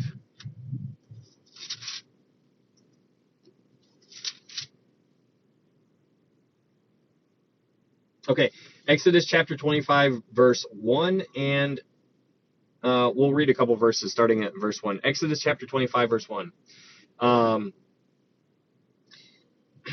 Exodus chapter 25, verse 1, it says, then the Lord spoke to Moses, saying, speak to the children of Israel, that they bring me an offering from everyone who gives it willingly with his heart. You shall take my offering.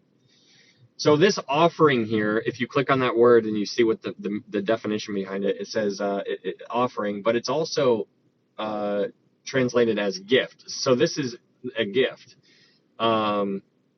So it's important to understand that this right here is a gift. Offering, you could also say gift. So this is what it's taught. We're talking about gifts here. But it's specific here. It says, this is God talking to Moses. It says, speak to the children of Israel that they may bring an offering from everyone who gives it willingly with his heart. You shall take my offering. So let's read what some of these gifts are, because in verse 3 it tells us. In verse 3 it says, and this is the offering which you shall take from them: gold, silver, and bronze, blue and purple, scarlet thread, fine linen, goat's hair, and it continues on. But these are some of the gifts. So when Hebrews chapter 9, verse 9, where it says it was symbolic for the present time in which both gifts and sacrifices are offered, it's interesting because, this is how things used to go. Like, there were gifts and sacrifices. You and I, we probably always are like, no, it's always sacrifices, right? Like, that's what it's all about. But there are gifts that were included as well, because the tabernacle didn't make itself. Like, it needed the belongings of the children of Israel in order to produce the tabernacle. So everybody pitched in to basically construct this tabernacle, or this dwelling place. And so it's an interesting thing. There was only certain things, certain gifts that were accepted. In Exodus 25, it talks about those things. And so they had to acquire all of these things in order to construct the temple. Now, obviously, I don't want you to get the wrong impression, and I don't think you do, but God doesn't need any of these things. So don't get it twisted. Don't be like, oh, God needs my money. Like, no, he doesn't. He's perfectly fine. Money is just a piece of paper, and it's imaginary. Don't you get me started. But that's what's going on in Exodus 25. It talks about the gifts. But let's go to Exodus 35 real fast. Exodus chapter 35. Because in Exodus chapter 35, verse 21, it says, in Exodus chapter 35, verse 21, it says this: Then everyone came whose heart was stirred, and everyone whose spirit was willing, and they brought the Lord's offering for the work of the tabernacle of meeting, for all its service, and for the holy garments. They came, both men and women, as many as had a willing heart, and brought earrings and nose rings, rings and necklaces, all jewelry of gold. That is, every man who made an offering of gold to the Lord. So, and it continues on. But everybody who was willing. And so obviously that is what he wants, like between you and I. Like, we could talk about tithing and stuff, and that's a touchy subject for pastors to really preach on. Hopefully it's a touchy subject, because tithing is because that's what you and I want to hold on to the most. Like, that, for some reason, like, we have the hardest time opening up our clenched hand. We don't want to open it up because I don't want to give it away because I earned that money and I need money and money. It's not about, like, if you give the most in your church and you do it begrudgingly, God knows that. And like, it's not like, that's why he specified here willingly. He wants you to willingly do it. And willingly is a very important word, because it's all about Jesus. Like, Jesus, he came to the earth willingly. He did all of these things willingly. He didn't do it like holding back, like, no, I'm not going. Like, he did it. He laid his life down willingly. He wants you to give willingly, like, all these things. But anyways, that's Hebrews 9, verse 9. We'll go back to Hebrews 9, verse 9. It says, it was symbolic for the present time in which both gifts and sacrifices. So hopefully, if you were wondering about the gifts, like, hopefully, maybe that didn't even enter your mind, but hopefully that shed some light on the gifts. But it says, which both gifts and sacrifices are offered, which cannot make him who performed the sacrifice perfect in regard to the conscience. So it's interesting. So you have the author of Hebrews, which is probably Paul, who was a Jew, was a Pharisee, like a very highly educated Jewish guy. And he's throwing it out there, and he's like, these gifts and sacrifices can't make them perfect. And so this brings to light, like, all kinds of different questions. For example, what do you mean it doesn't make them perfect? What happened? Like, Old Testament, like, where did they go? Like, okay, what are you talking about? Like, if the sacrifices that they didn't make them perfect, what does that mean? Like, did everybody before Jesus just die and go to hell? Like, no. We'll talk about that here in a second, but let's read verse 10. Verse 10, it says, concerned with foods and drinks, various washings, and fleshly ordinances imposed until the time of Reformation.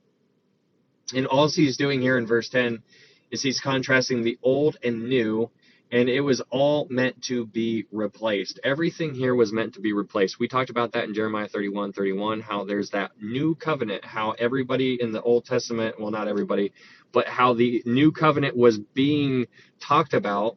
And if there was something new coming in the future, then that means that the old was clearly implied that it was temporary.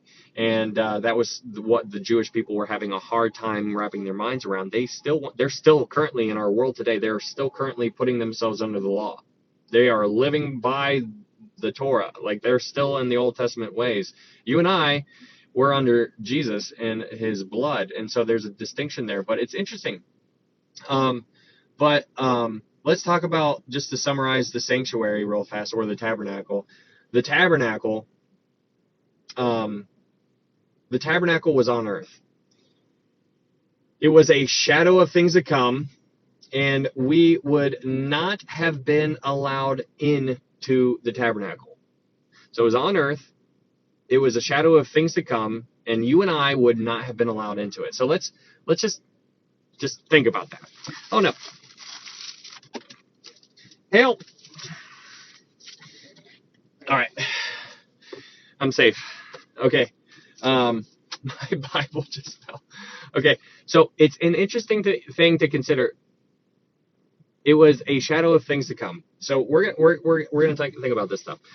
So these gifts and sacrifices did not make people perfect. Now, obviously, it doesn't mean perfect like in our body right now. Like, obviously, we're not perfect because we're still living. Hell, what's up, Katie? We're obviously not perfect right now, and they weren't perfect either.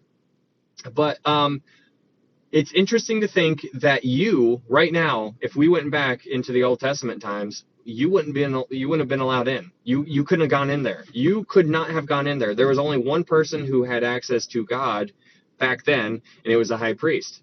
But now everything's changed after Jesus died. So what's interesting here is it's what it's all representing. And so what I want you guys to just think about here for a second, because this is really neat. If maybe you've already arrived here, but if you haven't, hopefully this will shed some light on it. But think about this, for example, the tabernacle. Everything in the tabernacle, like the menorah, the 12 pieces of showbread, the altar of incense, the Ark of the Covenant, the mercy seat, everything there it's a replica. It's a replica of what's going on above. Okay, so everything above, God told them to do down here, and it was a replica. They were literally living in a replica. So, like, I want you, like, if you're an architect and you're going to go to your client and you're going to say, hey, and then you bring them like a little model and you're like, hey, here's your skyscraper that I designed. It's going to look like this, and then it's going to go like that. Like, that is what we were doing down here, but that was per God, like by God's decree. Like, he's like, he gave us the blueprints and we started doing it. So it's important to understand that. But what is also important to understand, and this is where the Jewish people are getting twisted. And so remember, you need to think like a Jew, okay? So where they're getting it twisted and where they're not really connecting the dots is that the high priest, think like a Jew, the high priest was everything. But what's really neat is that you and I, in our, like, maybe this might be you, but you might be thinking that the high priest was like the top dog, right? Like Aaron, for example. Aaron was the first high priest, but it's also interesting to note that there were other priests before Aaron, but Aaron is what is documented as the high priest. So in a Jewish mind, Aaron was the first high priest. And so that's where the Levitical priesthood kind of came from. So it's important to understand that all the high priests came from Aaron. But what is interesting about the high priest, since we're talking about the high priest, is that the high priest himself was a replica. Aaron, as high priest, the first high priest, was a replica of the high priest. And so it's an interesting thing to think about. Like, what does that mean? Like, Aaron was modeling Jesus Christ. All the other high priests that came after Aaron was modeling Jesus Christ, who is the high priest. And I find that so fascinating because what they were modeling, they don't understand. They missed when Jesus came on the earth, and he was boots on the ground. And it's interesting because the high priest was the one who condemned the high priest, like Caiaphas. Like he tore his clothes, he tore his priestly garments, which was also clearly against the law. If you were here for our study of John, he tore his priestly garments, and he had to have been wearing them because he placed Jesus under oath during the trials. And you can't place somebody under oath unless you're wearing your priestly garb. And so it's an interesting thing that the high priests, the people that the Jewish people revere so much, that high priest is a replica of the high priest, and the high priest is Jesus Christ. Everything that's going on up here is being modeled down here, and Jesus Christ is the high priest. It's interesting, we talked about last time, that Jesus never went into the temple as far as where the Holy of Holies is. Now, it's interesting, but why didn't he do that? Jesus Christ is a high priest, right? Yeah, he is. He is a high priest. Well, so why didn't he go into the temple? If Jesus Christ is the high priest, why didn't he go into the temple? Well, it's because it would have broken the law, right? And so you needed to be of the tribe of Levi. And it's interesting. So it's like a whole revolving door kind of circular thinking here. It's kind of wild when you just hop in that door and you start pushing and you're like, whee! Kind of like Elf when he's running around in the door. I watched that the other. So good. Oh, you're an angry elf. But it's interesting because he's the high priest. The high priest was modeled after Jesus Christ. Jesus Christ is the high priest.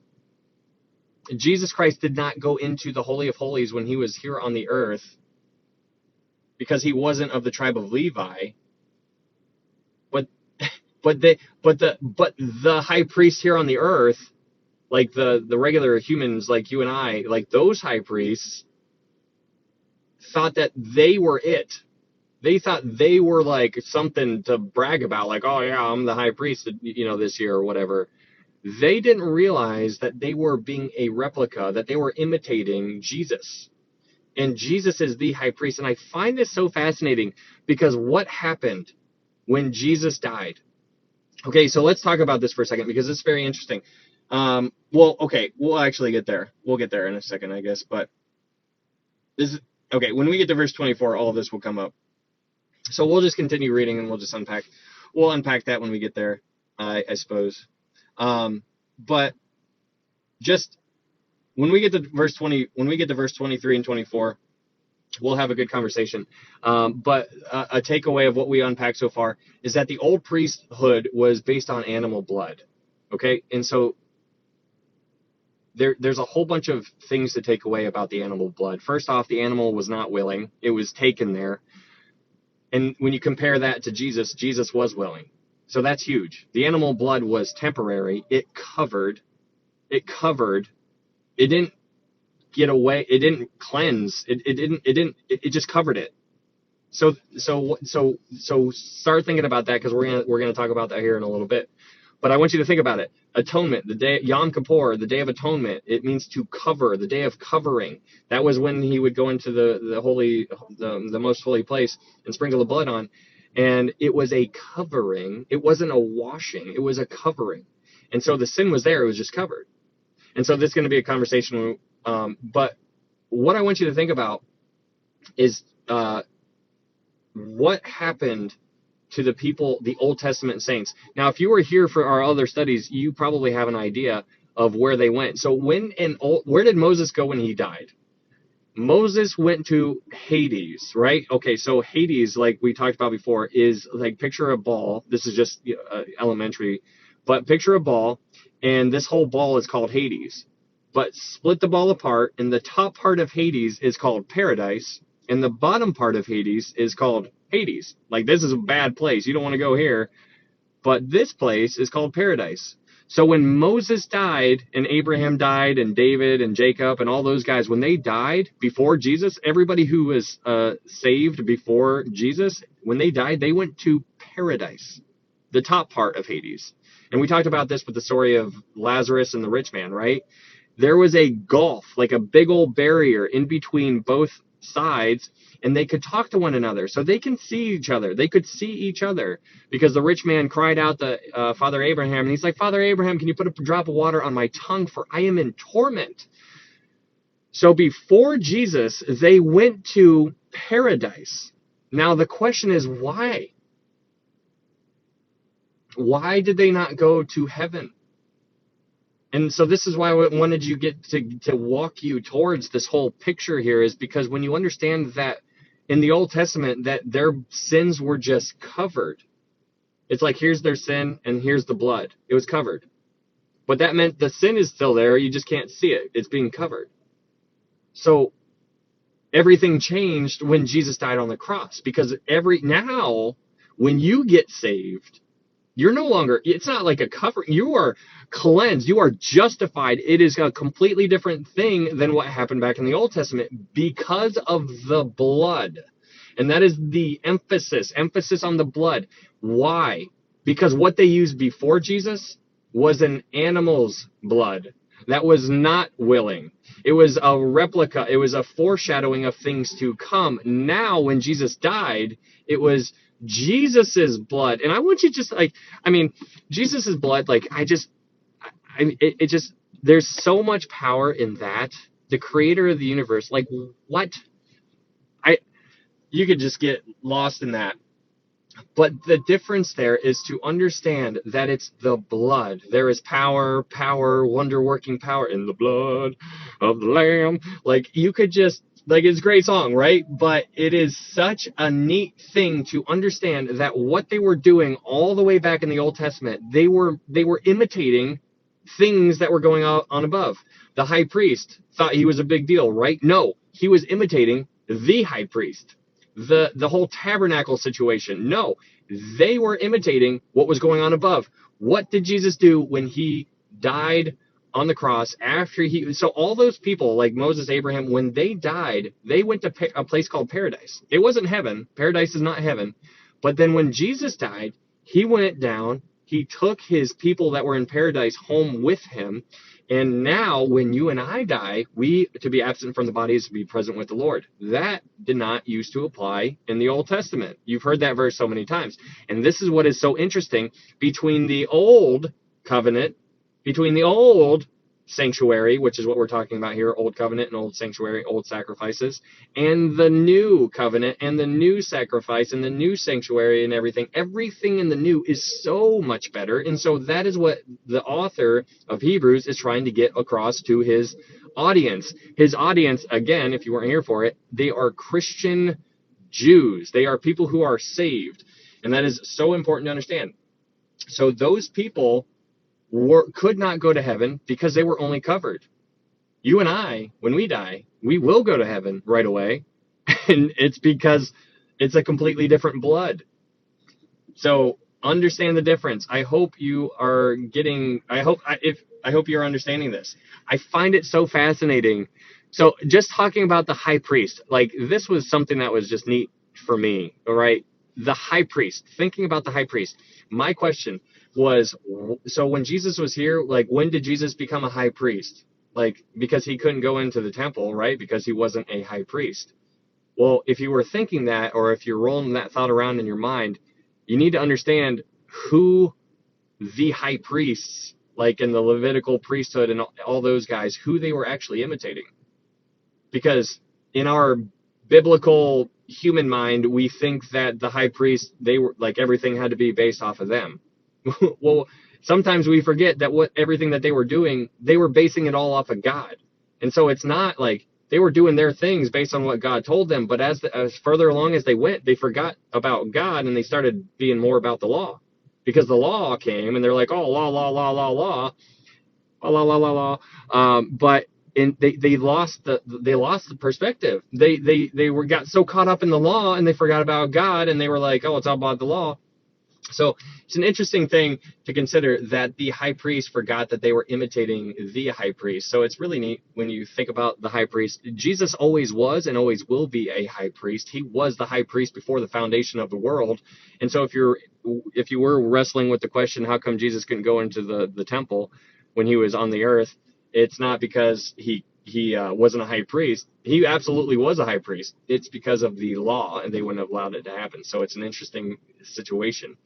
It's an interesting thing to see that they did not recognize him as the high priest, especially when Caiaphas, the high priest at the time, was talking to the high priest. And I'm like, man, that is so mind-blowing. That's like, that like melts your mind, like when you start like making all these connections and trying to like voice them and verbalize them out loud to, an audience.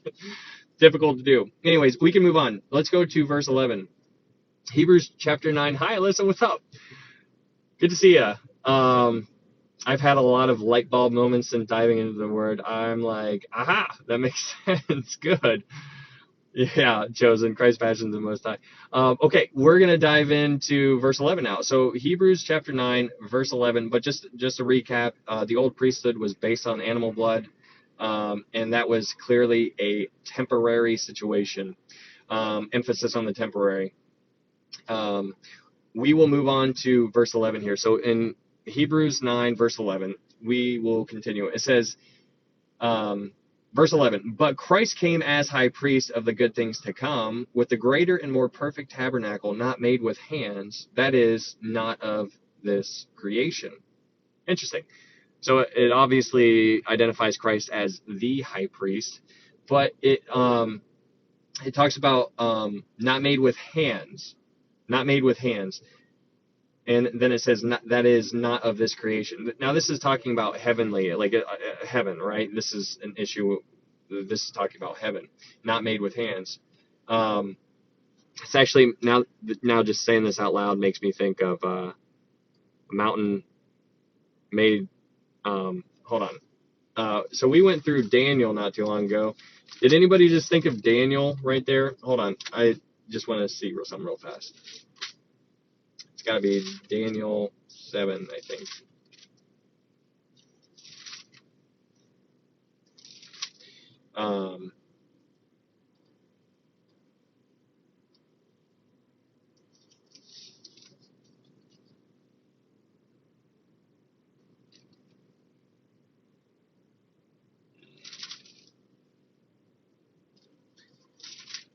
Okay. Daniel 2? Daniel 2. Okay. Yeah, okay. So without hands. Without hands is an interesting thing. So just reading that right now in Hebrews 9:11, it's interesting because it mentions without hands. Because if you go to Daniel 2, just the connection without hands, I haven't dove into this because I just now thought of it. But in Daniel chapter 2, verse 45, it says, in Daniel chapter 2, verse 45, it says, inasmuch as you saw the stone was cut out of the mountain without hands. So it mentions without hands again, one being in the Old Testament, one being in the New Testament, without hands. The one in Daniel chapter 2 is referring to the millennial kingdom. So yeah, so it's connection. I mean, that's interesting. I didn't think about that before. That's kind of cool. I'll have to think about that in a second or later on. But without hands, it's an interesting another, I don't know. Hopefully. Okay, so that's Daniel chapter 2 verse 45, and the only thing I was connecting there is not made with hands. And that's talking about heaven, so millennial kingdom, the good things to come. Because remember, we're talking about inheritance here. Like the underlying theme throughout this letter is talking about your inheritance. So here we go, and we'll move on from verse 11 to verse 12. Hebrews chapter 9, verse 12. In Hebrews chapter 9, verse 12, it says, not with the blood of goats and of calves, but with his own blood, he entered the most holy place once for all, having obtained eternal redemption. For if the blood of bulls and goats and the ashes of a heifer, sprinkling the unclean, sanctifies for the purifying of the flesh, how much more shall the blood of Christ, who through the eternal Spirit offered himself without spot to God, cleanse your conscience from dead works to serve the living God? Okay, so in Hebrews 9, verse 12, it mentions not with the blood of goats and calves, but with his own blood. And so it's interesting because it mentions bulls and goats specifically here, because the bulls were used as a sacrifice for the priests. So the bulls were for the priests, because remember, the priests had to sacrifice for themselves too, because the priests themselves were sinners. But the bulls were for the priests, and the cat, or the goats here, it says in verse 12, blood and goats and calves, but the goats were for the people. And this is for the people's cleanliness. So the bulls were for the priests, and the goats were for the people. And so that's why the author is bringing up bulls and goats, because again, he's also showing his intelligence and his insight on the Jewish mind by bringing these kind of details up. like I used the analogy last time I went live. I said, if I were to tell you to sit down and write about, some Scientology or something like that, and write them a letter right now, you couldn't do it. Like you wouldn't be able to talk on anything, because you probably don't know anything about Scientology, and I don't really either. So I'd be like, stop it, come to Jesus. I wouldn't know how to do it. But whoever wrote Hebrews clearly has so much insight on who the Jews are and how they think, that he's bringing these small details to surface, and he's talking their language. Remember who the audience is intended for. It's intended for Christian Jews, and that's why he's bringing this into play. But it says in verse 13, it says, for if the blood of bulls and goats and the ashes of a heifer, sprinkling the unclean, sanctifies for the purifying of the flesh. Now, if you were here for our study in John, I want to say John chapter 6. No, John, I think it was John 6. And it's like the Galilean wedding. Pretty sure. Yeah, John. And so in John chapter, 5, 4, 3. Sheesh. John chapter 2, way off. In John chapter 2, it talks about the Galilean wedding. And we talked about in John chapter 2, verse 6. In John chapter 2, verse 6, it says, now there were set 6 water pots of stone according to the manner of purification of the Jews. We talked about the manner of purification of the Jews because that goes back to Numbers 19. Because in Numbers 19, it references all of this. And I don't want to get too... I don't want to get, we don't have to unpack this too much. But in Numbers 19, you will learn, if you read chapters 19, you'll read about the this. It wasn't a sacrifice. It wasn't an offering. It was more of a procedure that the Jewish people would do during this time, when everybody was alive during the Book of Numbers. Because what they would do is they would bring this red heifer, and they would kill it, and they would burn it, and then they would take the ashes of the red heifer, and they would take those ashes and they would drop them into water, and then they would mix the ashes with the water, and then that water would cleanse, it would purify people who were touching or around dead bodies or had to do any kind of uncleanliness. That is what they used to do back in the Old Testament times.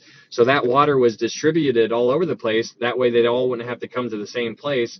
So this procedure would be done, and all that water would be taken. So you would have a red heifer. Red heifer was representation of Christ. And so it all brings back. So that ashes mixed with water, cleansed, they would sprinkle that water.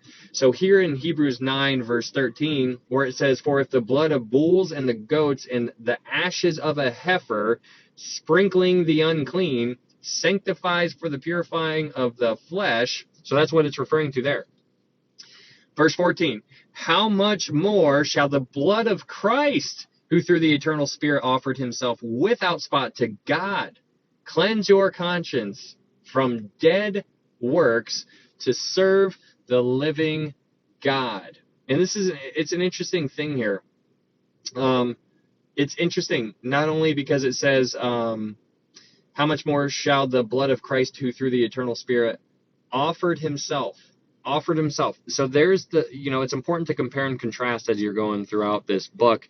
Compare what they used to do. They would bring an animal. They would pull this animal forward and then give it to the priest, and then all the the sacrifices would be made. These kind of things were done. That animal had to go. It was forced. Jesus was not forced, because it says here in verse 14, it says offered himself. He's like, here I am. But it says cleanse your conscience from dead works to serve the living God. Interesting that it says dead works.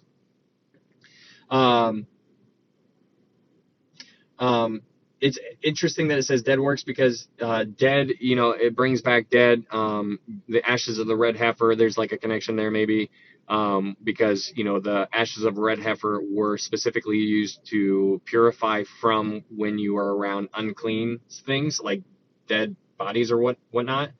And so it's interesting that it says dead works here.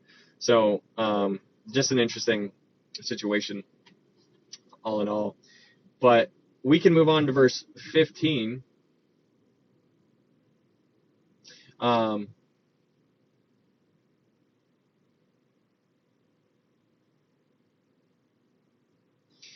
in verse 15 it says, in Hebrews 9 verse 15 it says, and for this reason he is the mediator of the new covenant by means of death, for the redemption of the transgressions under the first covenant, that those who are called may receive the promise of the eternal inheritance. So we talked about how Jesus, there's one man, one mediator between God and man, the man Christ Jesus. That's an amazing thing to consider, that there is a man.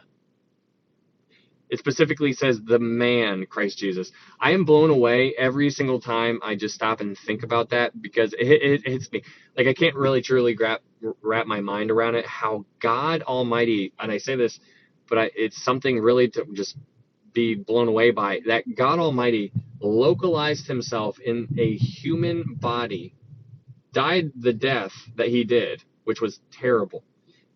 But he is the one who is constantly interceding for you and I. And that's mind-blowing. He's the mediator between us and God the Father. Like, what? There's no better person. But verse 15, it's important to understand that those who came under the old covenant, they were saved when they brought their sacrifices by looking forward to his coming. So they were bringing all these sacrifices, doing all these things, and they were saved by faith in what they were looking forward for. So it's an interesting thing. It was never saved by works back in the Old Testament. There's some people who say, well, it's by works because they had to physically bring an animal to the tabernacle, and that was work. And they had to physically do this, and that was work. No, it's always been by faith. And so I don't want you to get lost in that kind of stuff, because there's people out there who kind of say that in the Old Testament it was by works and faith, and then in the New Testament it was just by faith alone. Be very careful. You can be tricked just by one word. So anyways, it has always been by faith. But we'll move on to verse 16. And in Hebrews 9 verse 16 it says this: for there is a testament, there must also of necessity be the death of the testator. For a testament is in force after men are dead, since it has no power at all while the testator lives. Therefore, not even the first covenant was dedicated without blood. So what this is saying, what these verses are talking about, it's basically the way that you and I can relate to it a little bit more is this is a will. Like, if you're like 100 years old and you're about to die, you would write a will, and you would say, my daughter gets all of these things. She gets it all. But what these verses are saying is that will has no power while the person who wrote the will is still alive, right? So that's easy for you, and that's breaking it down Barney style right there. Because like, you guys might have a will, but that will doesn't mean that your kids are going to get what you have until you die.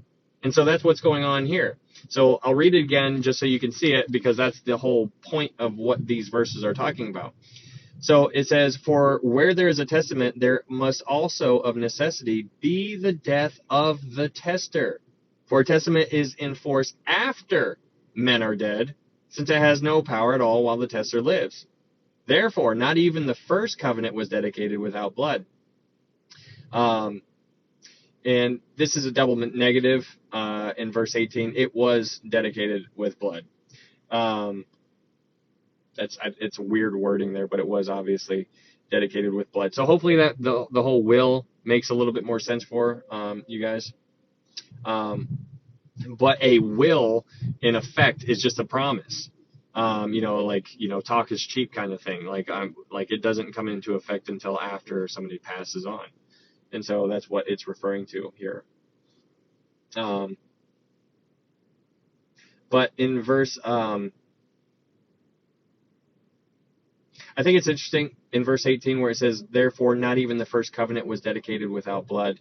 The blood is everything. Blood is needed. Blood, it all goes back. Cain and Abel, we'll talk about them when we get to chapter 11. But Cain and Abel, for example, sacrifices, just talking about sacrifices, I think it's interesting to think about sacrifices like wherever you see sacrifices all throughout the Bible.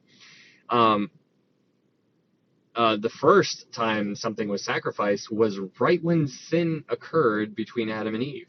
What did God do? He killed an animal. He killed it.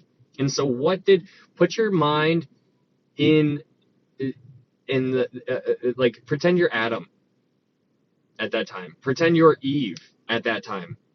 Imagine seeing an animal die for the first time ever.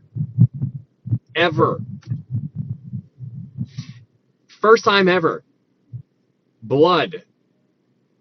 What did Adam and Eve learn right when that occurred? Everything was perfect. There was nothing wrong anywhere. Everything was 100% wonderful. And so right when Adam and Eve sinned, the very first lesson that they learned the hard way was that, that's death.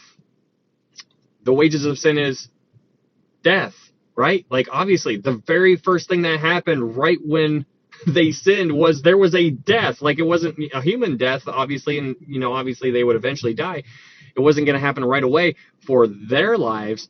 It happened a long time after they sinned, but there was a death right when it occurred. The wages of sin is death. Now it's not just on you and I, it's on animals, it's on every plant. Everything's dying in this earth.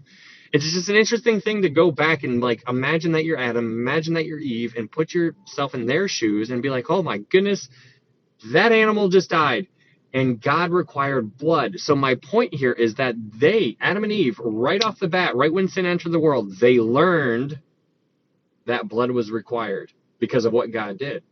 And then they handed that down, they handed that down, they handed that down. But let's go to Cain and Abel. Cain and Abel, for example, they knew sacrifices because they had conversations with their mom and dad. And so they knew what God did. And so that's why when Cain came and he offered his, fruit, his, plants, that was unacceptable. But Abel knew what was right because of what they learned from before. All of these were handed down generations. And Abel, that's why Abel's was accepted. It's just an interesting thing. Blood was required. Blood has always been required until Jesus died. Now it's no longer. He paid it all. Tetelestai, paid in full. It's just an interesting thing. There's all kinds of things you can just connect with all of this this stuff. But it's interesting thinking about Jesus dying on the cross because there's a lot of I don't want you we tend to view I don't want you to get this twisted, I guess, but I don't want you to view the cross as a tragedy because it was the most amazing thing that ever could have happened, honestly. It's heartbreaking and heart-wrenching for us to see, for us to visualize and to imagine everything that occurred during that time. 100%. Wow, breaks my heart. If you're here for our study of John, I was the hot mess. But it was an achievement. You can say it was a tragedy, and I'm not going to argue with you, but I think it's important more to look at it as an achievement because he achieved that title deed to the earth. He paid it in full. And I'm just that's so neat. But it all goes back to the Garden of Eden when blood was required, and it ended when Jesus died on the cross. He paid it in full. No more animal sacrifices. So when you apply that to the book of Hebrews, and you understand that the author here is writing to Jews who used to do these sacrifices because the temple is still standing when this is written, and they are still doing their priestly duties. They're still going in twice a day, doing the lampstand, going to the showbread once a week, and doing all these things, and they're missing the point, because that's how they were born and raised. And so they're Paul is trying to bring them back and saying, Jesus is better. The new covenant is better. The sanctuary, this new sanctuary, it's all better. Anyways, moving on, Hebrews 9, verse 19. Hebrews 9, verse 19. It says, for when Moses had spoken every precept to all the people according to the law, he took the blood of calves and goats with water, scarlet wool, and hyssop, and sprinkled both the book itself and all the people, saying, this is the blood of the covenant which God has commanded you. Then likewise he sprinkled with blood both the tabernacle and all the vessels of the ministry. And according to the law, almost all things are purified with blood, and without the shedding of blood, there is no remission. Okay, it's an interesting word there where it says in verse 22, it says, and according to the law, almost all things are purified with blood. What? It's an interesting thing. In Leviticus, let's go to Leviticus 5. Go to Leviticus chapter 5. It's an interesting thing.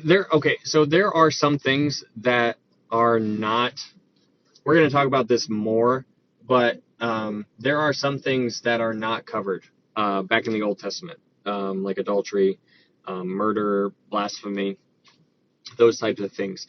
Those things are all require death. Okay, so those things, if you did those back in the Old Testament, there was no sacrifice for those types of things. Like death was required. You were going to be killed. And that's an interesting thing. But it's interesting to think about, there were some things that were able to be offered for people, like sacrificing wise, like if you were poor. So in Leviticus chapter 5, verse 11, it says in Leviticus chapter 5, verse 11, it says, but if he is not able to bring 2 turtle doves or 2 young pigeons, then he who sinned shall bring for his offering 1/10 of an ephah of fine flour as a sin offering. He shall put no oil on it, nor shall he put frankincense on it, for it is a sin offering. And so the idea here is that, 2 turtle doves. What's the difference between 2 turtle doves and or 2 pigeons and flour? What's the difference? What's the difference between those things? Well, one is living and has blood, and the other one is not. And so obviously you can make the distinction there. But that's what's interesting here. It says, and according to the law, almost all things are purified.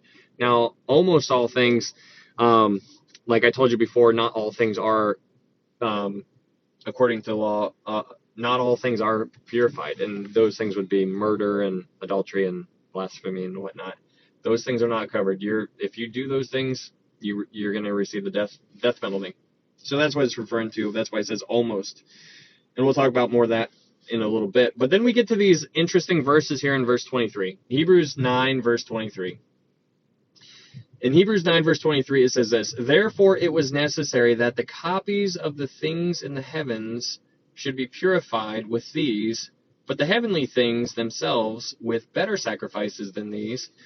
For Christ has not entered the holy places made with hands, which are copies of the true, but into heaven itself, now to appear in the presence of God for us.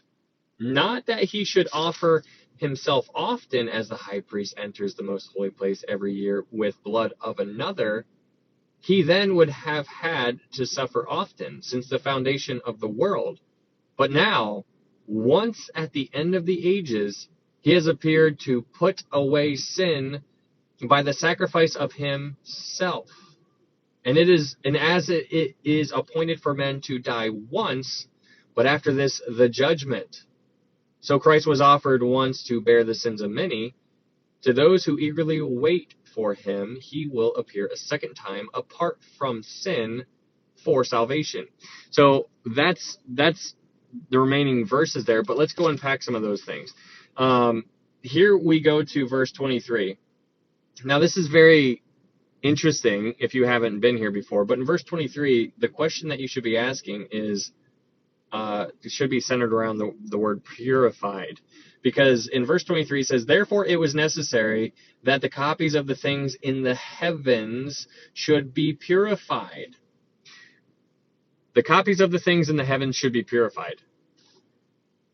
Is that interesting to you guys at all? That the things in heaven should be purified? What? What? What? The things in heaven should be purified. What? What? And then in verse 24 it says, for Christ has not entered the holy places made with hands, which are copies of the true, but into heaven itself, now to appear in the presence of God for us. So let's unpack. Let's bring all of this stuff back together. Okay, go back to the Old Testament. We're back in Exodus. Remember in Exodus we talked about the mercy seat. What did the high priest? What does atonement mean? Okay, so one time, once a year, the high priest back in the Old Testament would go into the Holy of Holies, and he would sprinkle blood onto the mercy seat, and that would cover the people's sins back in the Old Testament. Now, it was a covering. It didn't take away. It was just a covering. You and I are in a completely different context now. So, okay, so that's what the high priest did. That was what the high priest did back in the Old Testament. Okay, so now make the connection here. Jesus is the high priest. The high priest. Jesus is the high priest. What did he do? It says specifically in verse 23 that the things in heaven needed to be purified. Right? Like, what is that about? The things in heaven need to be purified. Why? The things in heaven need to be purified because that is where sin originated. That is where sin originated from. The earth tabernacle, now just to compare and contrast, the earth tabernacle was purified with animal blood, but the real tabernacle in heaven was purified with Jesus's blood. And like I said before, heaven needed purifying because sin originated in heaven. It originated in heaven. There was sin in heaven. This is interesting. Go to Isaiah 14. Isaiah 14 real fast. We've talked about this before. We've talked about a lot before, but we're talking about it again. Isaiah 14. Now, if there's some chapters out there. What is it? Isaiah 14 and Ezekiel 28 talk about Lucifer, Satan. If you want to learn about Satan and get some information on him, you can look up. It's Isaiah 14, and I'm pretty sure it's Ezekiel 28. But we're focusing here on Isaiah 14, verse 12, and this is talking about Satan or Lucifer, because in Isaiah 14, verse 12, it says this. It says, how you are fallen from heaven, O Lucifer, son of the morning star, how you are cut down to the ground, you who weakened the nations. And then we can continue reading in verse 13, because we're going to get to where in verse 13 and 14, it's going to be the 5 I will statements. It says in verse 13, for you have said in your heart, I will ascend into heaven.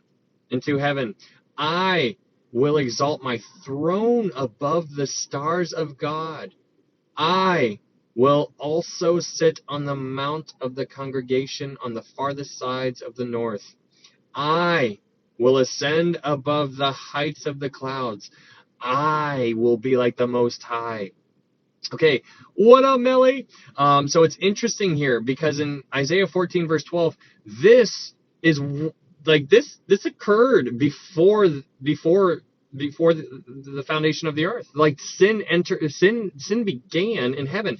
And so when you understand that And you go back to Hebrews 9, verse 23, and it says, therefore it was necessary that the copies of the things in the heavens should be purified. They needed to be purified. Why? Why? Like, you see the picture going on here? On earth, like the high priest here on earth, like Aaron, he would go into the Holy of Holies and sprinkle blood on the mercy seat. Jesus Christ, when he died, he went back into heaven and sprinkled his blood on the actual mercy seat.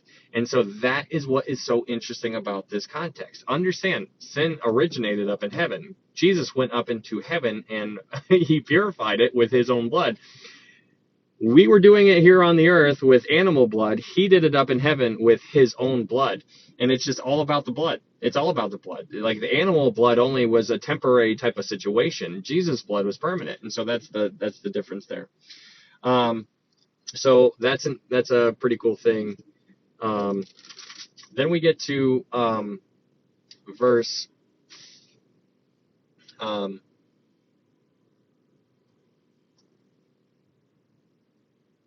verse 26, Hebrews 9:26. It says, he then would have had to suffer often since the foundation of the world. But now, once at the end of the ages, he has appeared to put away sin by the sacrifice of himself.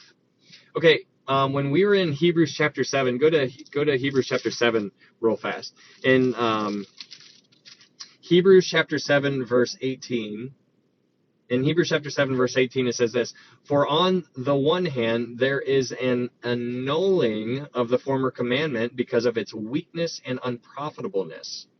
So that word annulling there has the idea to absolutely abolish. It's abolishing. And so that word in the Greek, annulling, in Hebrews 7:18, is the same word here in Hebrews 9, verse 26, where it says, he has appeared to put away. The put away, you could put brackets around the word put away, because that is the same word in Hebrews 7:18, and it means to abolish. So it says, he has appeared to abolish sin by the sacrifice of himself. And that takes a whole different meaning. Not just putting it away, it's abolishing. It's an interesting word. But then we get to verse 27, Hebrews 9, verse 27, and it says, and as it is appointed for men to die once, but after this the judgment. Now, where it says, we talked about this a little bit earlier, it talks about how men to die once. Now, we talked about how there's exceptions to this rule, because obviously you have Enoch. The Bible says that Enoch walked with God and was not. That's because God took him home. That's a picture, like a very small size picture of the rapture. You could say the same thing about Elijah. Elijah was there. He didn't die. He was just taken up by chariots, fire. And that's a cool picture. Lazarus died twice, because he died once, and then Jesus said, Lazarus, come forth, and then he waddles out of the grave with the grave clothes on. And that's an interesting study right there. Jairus' daughter, you have multiple resurrections where people died, and then they were brought back to life, and then they died again. But like you see, so obviously it's not a one size fits all here. It's just this is kind of encapsulating most of creation, though. Also, it's important to understand that this also does not apply to the church for the people who are alive when the rapture occurs. Because if the rapture occurs right now, we wouldn't have died. And that's cool, because we would be like, whoop, like, beam me up, Scotty, it's an interesting thing. So obviously, whenever the rapture occurs, those people will not die. So it's just an interesting conversation. Yeah, Moses did.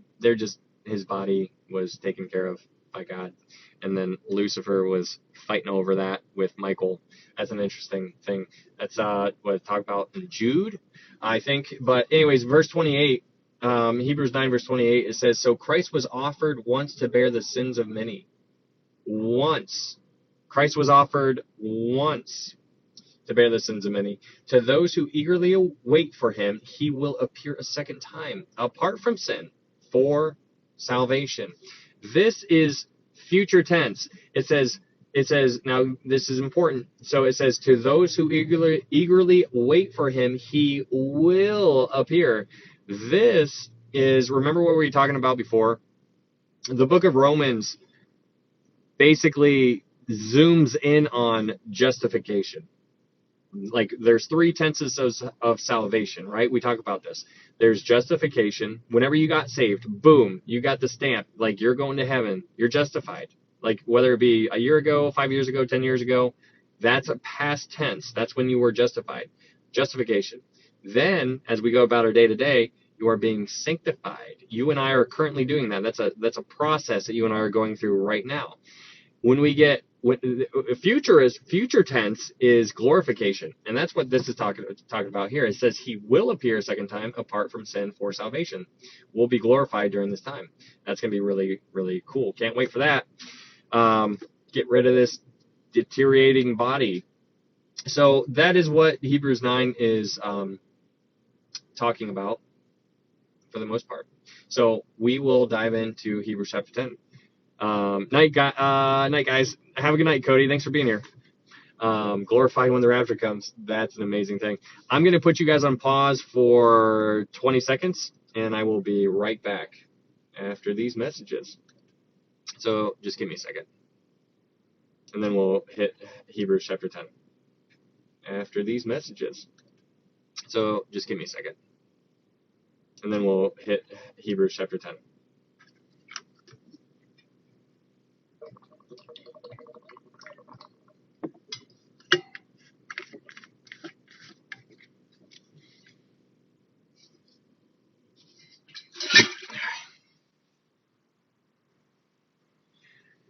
That was like 5 seconds. Gotta wet the whistle. Thank you, Nance. Okay. Water, yes. That was not water. It was extremely hot coffee. No, I'm kidding. It was water. Water sounded so good. Water's my favorite drink. You're never gonna convince me otherwise. Water than coffee. Okay. We can go into, hopefully, I don't know, were you guys following Hebrews 9? Hopefully you were, and hopefully that made sense. We kind of went all over the place, but I think it's important to go all over the place so that you can understand. Got to quit drinking coffee in the evening. Never stop, because then you'd be a quitter, and we don't like quitters. So, yes, awesome, mon ami, cool. I hope you guys are learning from this. I think it's really neat.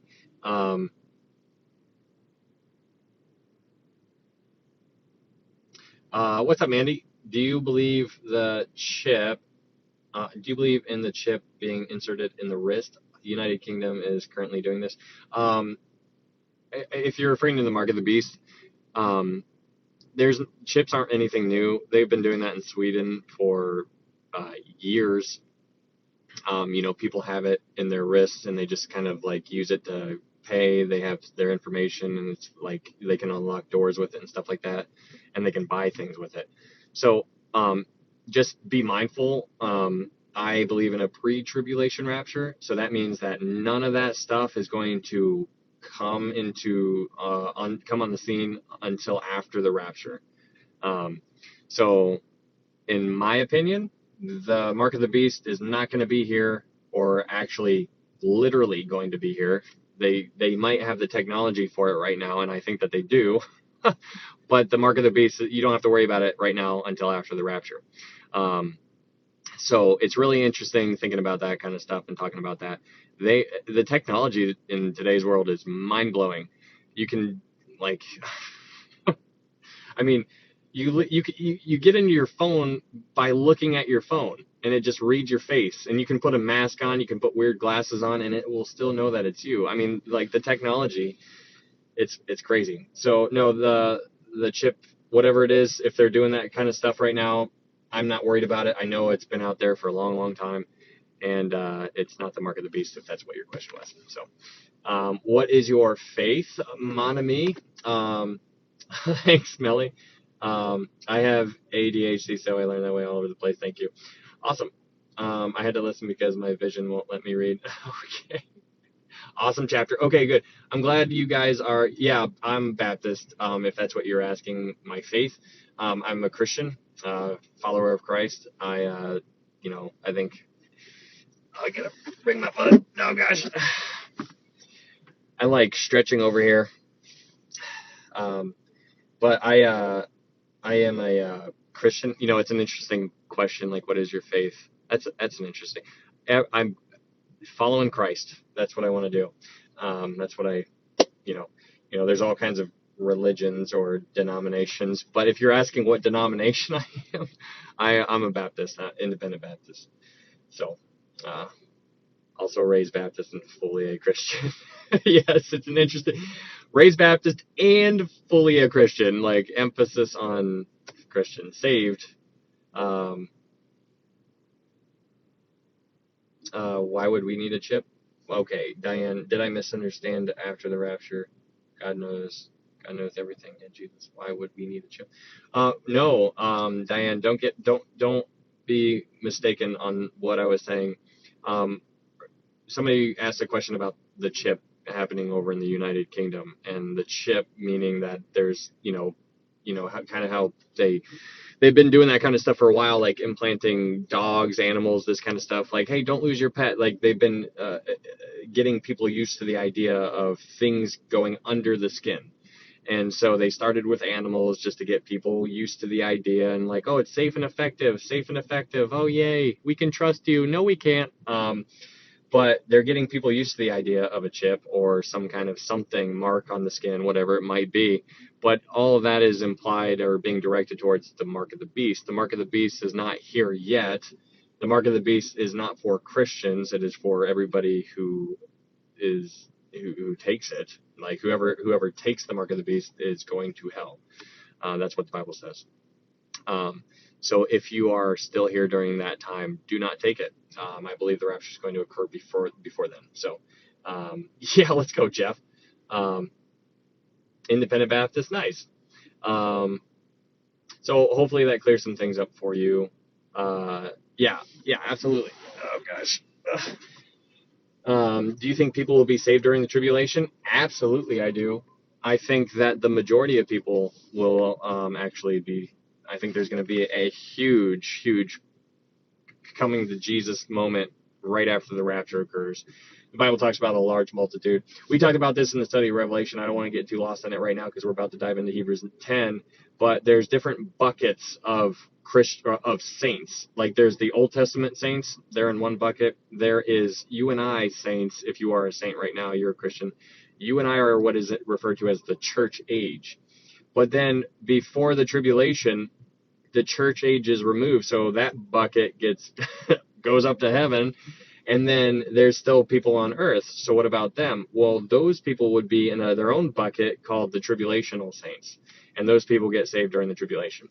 But that just because they get saved does not mean that they are going to be raptured up right when they accept Christ. No. They're going to have to go through the tribulation, and there's a high chance that they'll get killed during that time. But some people will make it through, and the people who make it through the tribulation will be the ones who are repopulating the millennial kingdom. And that's just this whole conversation for another time. Is Trump going to be the last president? Oh, man. Yeah, this interesting change of topic here.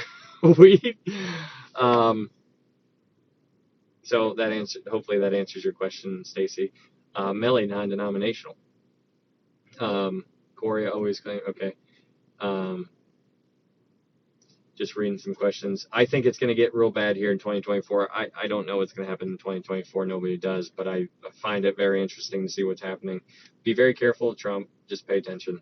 Not saying, I don't need to go into that. I don't keep all that to myself. But do you believe in Project Bluebeam? Do I believe in it? It 100% exists. If that's what your question is, it's been around for at least a decade, so it's nothing new. People are just now becoming aware of it, which is what's funny. But yeah, no, that's 100% a real thing, and that is what there's all kinds of theories on how. Okay, you're gonna get me a I could talk about this all day, but we're here for Hebrews chapter 10.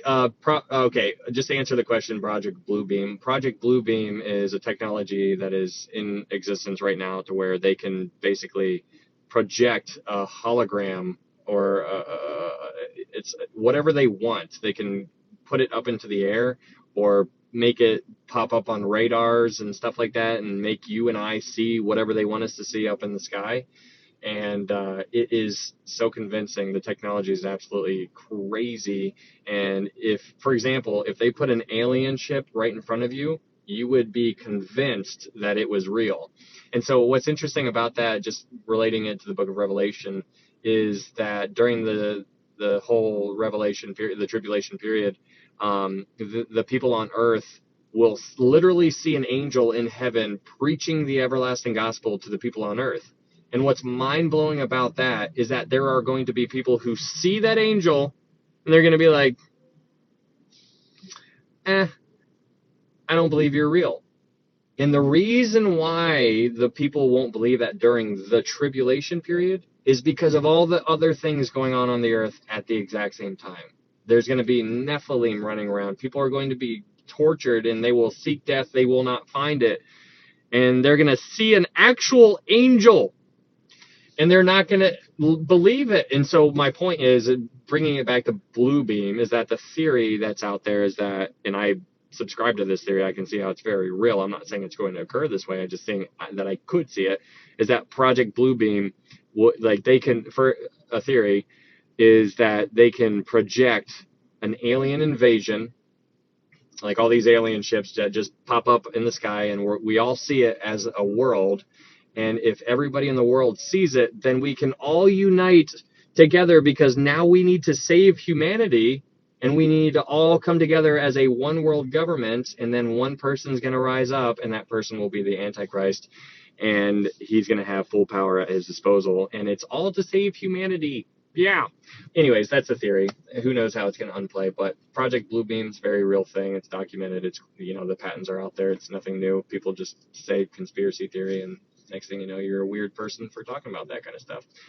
Don't get me all worked up. Okay. So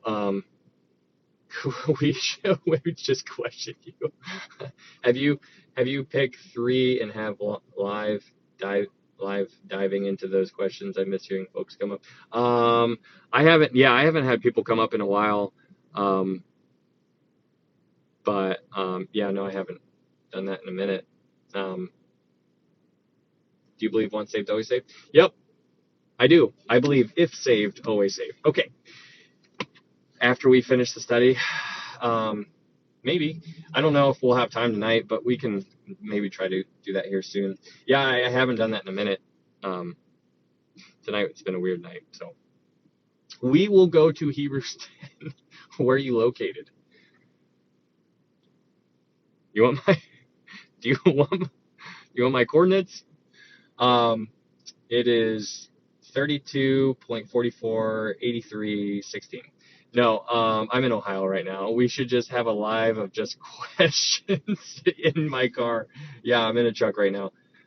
Okay. We can get to Hebrews 10 now, and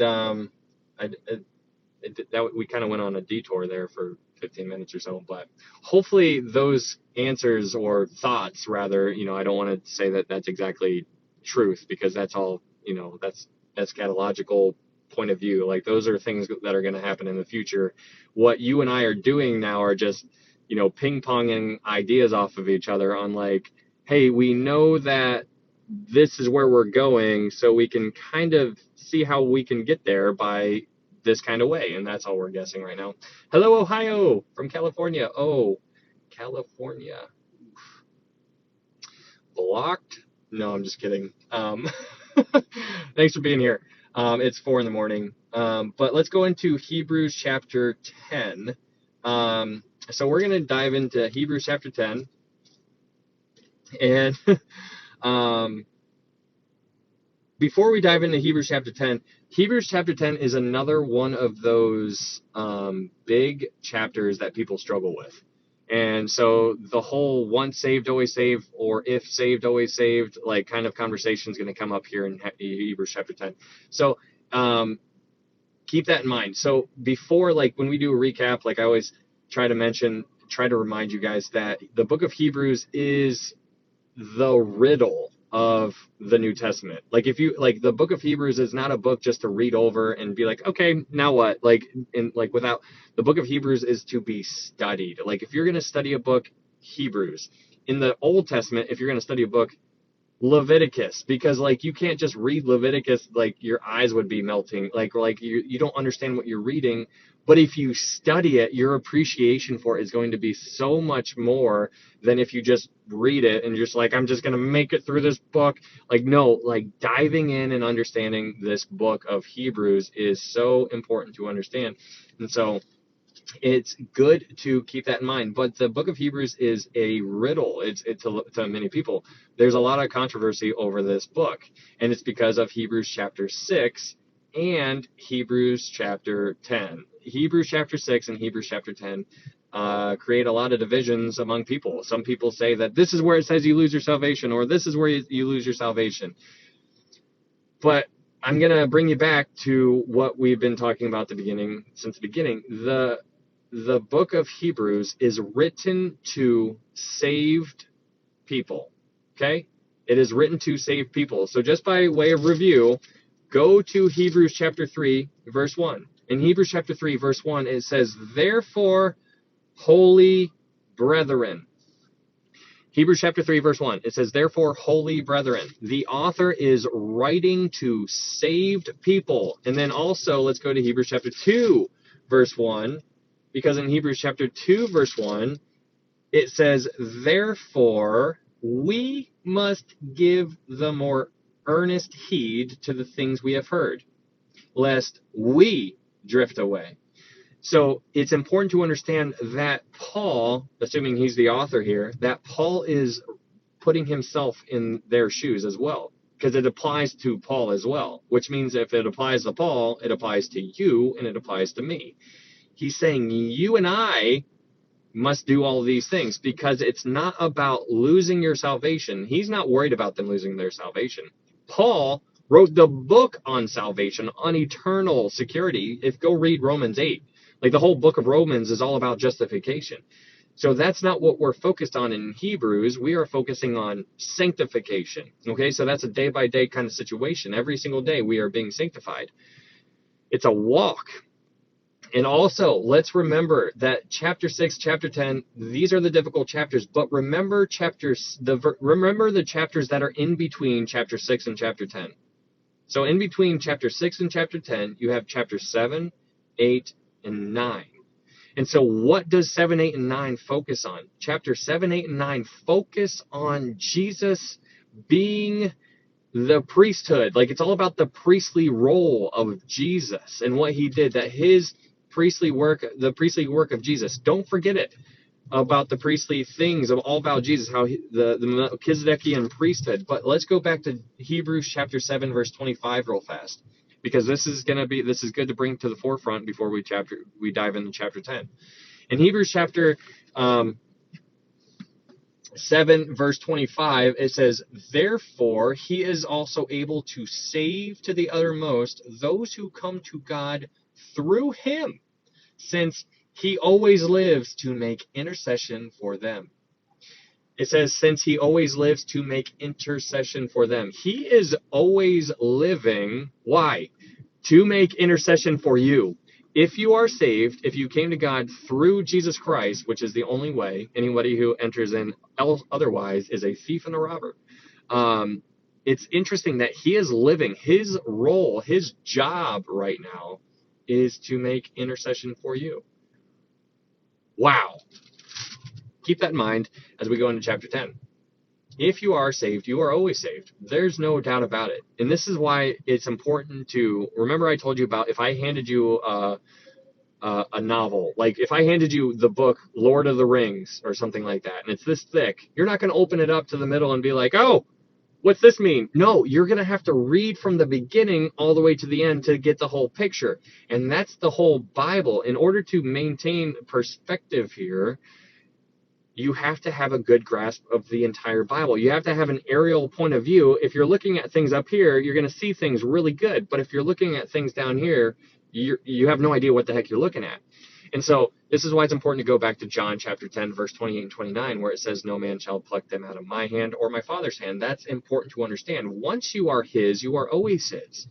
So the book of Hebrews is not about your salvation. It's about your sanctification. It's not questioning if you're saved or not. The author here is assuming you are already saved. So that is what's going on as we go into Hebrews chapter 10. So, but it's also important to remember what the chapters talk about in between chapter 6 and chapter 10. Because chapter 6 is a tough one, chapter 10 is a tough one. But if you talk about 7, 8, and 9, it's all talking about Jesus's priestly roles and what he did as his priestly works there. So we can get to Hebrews chapter 10. And in Hebrews chapter 10, we are going to talk about the fourth warning. There's 5 warnings within this book. We're going to hit the 4th warning here. But that's not until later. Let's read Hebrews chapter 10, verse 1. Because in Hebrews chapter 10, verse 1, it says this, for the law, having a shadow of the good things to come, and not the very image of the things, can never, with the same sacrifices which they offer continually year by year, make those who approach perfect. For then would they not have ceased to be offered? For the worshippers, once purified, would have had no more consciousness of sins. But in those sacrifices, there is a reminder of sins every year. Interesting. Okay, so what this is talking about in verse 1 through 3 is that the law was good, but it was not the point. In verse 1, where it talks about a shadow of good things to come, the law was a shadow of the good things that come. So let's say that you're on, like, here's a corner, and I'm on this side, and you're on this side. If you see my shadow coming, and you're on this side, but you can't see me, you're seeing my shadow, you're like, oh, somebody's coming. And then when you know it's me, you're like, oh, yeah, that was a really good thing to come. Like, yeah, no, that's not what I'm talking about. The shadow here is the law. The good thing to come was Jesus Christ. The law was just giving way to, like, basically laying the foundation for Jesus Christ to come. And so that's what it's referring to. So the law was good, but it was just a shadow of the good thing to come, like the better thing to come. Jesus is better in every single way. And so that's what it's referring here. But in verse 3, it's interesting because in Hebrews 10 verse 3, where it says, but in those sacrifices, there is a reminder of sins every year. So if there's a reminder of sins every year, remember, we talked about this before, the tabernacle, the priests would go into the holy place 2 times a day. Repetition every single day, repetition every day for generations. I'm saying for like 1,000 years they did this. They would go in, they would check on the menorah, the lampstand. They would work on the incense. Do their duties at the altar of incense to make sure everything was burning and whatnot. They would do that in the morning. They would do it at night, and that is crazy to me. But it's also, what is verse 3 here in Hebrews 10, verse 3, what this is talking about here, it's a reminder of sins. It's a reminder that it's not only for sins, but it's a reminder that the animal sacrifices wasn't enough. Because if it was enough, then they would have only had to do it one time. They had to do it all the time. They had to do it, like the Day of Atonement had to occur once a year. So if it would have been enough, if animal blood was enough, they only would have had to do it one time. And so this is clear. He's saying, but in those sacrifices, there was a reminder of sins every year. Verse 4, for it is not possible that the blood of bulls and goats could take away sins. This right here in verse 4 is a blow to the Jews. Remember, stop thinking American and start thinking like a first century Jewish person if you can. For it is not possible that the blood of bulls and goats could take away sins. Now, it's interesting to think how a Jewish person thinks, because a Jewish person thinks that blood is required, and they're right, but they're looking at animal sacrifices. But remember, during the time that this was written, the temple was still standing. The Jewish mind believes without the shedding of blood, there can no without the shedding of blood, there is no remission of sins, right? So there needs to be sacrifices. But what's interesting to think about is how their minds changed after the temple fell. Because after the temple fell, because it was at the temple where they did all these rituals and sacrifices. Imagine how you would feel as a Jew when the temple fell. Because in their mind, they were like, we gotta kill an animal, and we gotta the lampstand and the menorah, the showbread, the incense. So like what? Like their mind, they were freaking out. But it's interesting to think how a Jew thinks, and so that's why this is a blow to the Jews, because in their mind they needed bulls, they needed goats. We'll move on to verse 5, because in Hebrews chapter 10, verse 5, it says, therefore, when he came into the world, he said, a sacrifice and offering you did not desire, but a body you have prepared for me. In burnt offerings and sacrifices for sin, you had no pleasure. Then I said, behold, I have come. In the volume of the book, it is written of me to do your will, O God. Now, this verse, in your Bible, it's going to be italicized. This is quoting Psalm 40, verse 6 through 8. So let's go to Psalm 40 real fast. Psalm chapter 40. I'm back. Welcome back. Psalm 40, verse 6. So go to Psalm verse 40 and verse 6. Because in Psalm 40, verse 6, it says this. Psalm 40, verse 6 through 8. It says, in verse 6, it says, sacrifice and offering you did not desire. My ears you have opened. Burnt offering and sin offering you did not require. Then I said, behold, I come.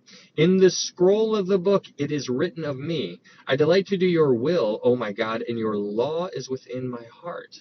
Now this is interesting, because here in Psalm, the book of Psalms is primarily written by King David. But it's interesting here because it says in verse 6, it says, sacrifice and offering you did not desire. My ears you have opened. This right here, the person who is speaking, it's Jesus. This is Jesus speaking.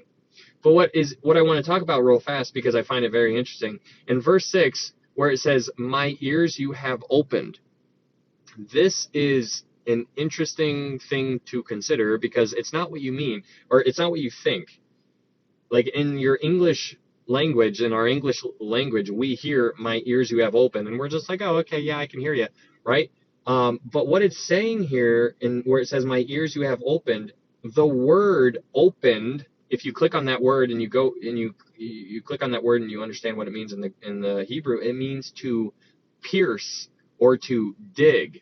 And so it's an interesting thing to consider that, because what this is alluding to is what they did to bond servants. They would, okay, so the book of Romans, Paul, like he says, I am a bondservant. Like Paul continually talks about how he's a bondservant of Jesus Christ. So what does that mean? So let's talk about bondservants. So bondservants, so like back during these Old Testament times, and even into the New, they would have servants. And so what that meant was, like, if you owed me a debt, and you could basically say, hey, I'm going to give you, like, I'm going to be your servant for 7 years. And then after, since I can't pay you with money, I'll just be your servant for 7 years. And then after 7 years, like, I'm going to go. Like, Jacob, Leah, Rachel thing, 7 years. But it's an interesting thing to think about, because if I was your servant for 7 years, I could make a decision to become a bond servant, which means I am going to basically be yours for the rest of my life. which is an interesting thing. And that's what Paul said. He's like, I am a bondservant of Jesus Christ. But it's interesting because like Jesus refers to himself. He's like coming in the likeness of he was a bondservant, coming in the likeness of man. He humbled himself even to the point of death, even the death of the cross. But he came like a bond servant, right? And so the picture here in Psalm 40, verse 6, where it says, my ears you have opened, this is talking about how like a servant, if like Jesus Christ decided, it was a willing, it was a choice that he decided to do. And so same concept with a bond servant. Like if I decided to be your servant forever, it was a prideful thing. Like I was happy about it. That means I loved you and I wanted to be with you and your family forever. And so what they would do is that they would take an awl and they would basically pierce your ear, and that would be like some kind of representation to everybody in your life, like that would see you and be like, oh, you belong, or you're a part of this family, or this guy over here, you're his servant. And so that's what it's referring to where it says, my ears you have opened. So this is when a slave chooses to serve a family for the rest of his days. They would pierce his ear like we talked about, but this would symbolize this was a free choice of the servant becoming a bondservant. And they would be proud of that. And so that's what it's referring to there. It's an interesting thing to really unpack, but the idea there, like if you just read it in English, you won't get that until you like dig into it a little bit. But this is what he's quoting here in Hebrews. He's quoting Hebrews 40, Psalm 40, verse 6 through 8. But it is, let's go back to Hebrews chapter 10. In Hebrews chapter 10, that is what he was quoting in Hebrews chapter 10, verse 5 through 7. And it's interesting to think about how the volume of the book is written of him. It is all about him, and that's what we need to understand. If you go and you start diving into the Bible and you tackle a new book over here, a new book over here, just understand that the volume of the book is written of him. And so if you keep that in mind, it might help you with your understanding of what the whole point is going on here. Like, what the heck is happening here? Every single thing is about him and him alone. And so keep that in mind. But in verse 5, in Hebrews chapter 10, verse 5, it's really interesting because it says, sacrifice and offering you did not desire. That's interesting. Let's go to Isaiah real fast. Isaiah chapter 1. In Isaiah chapter 1, verse 11,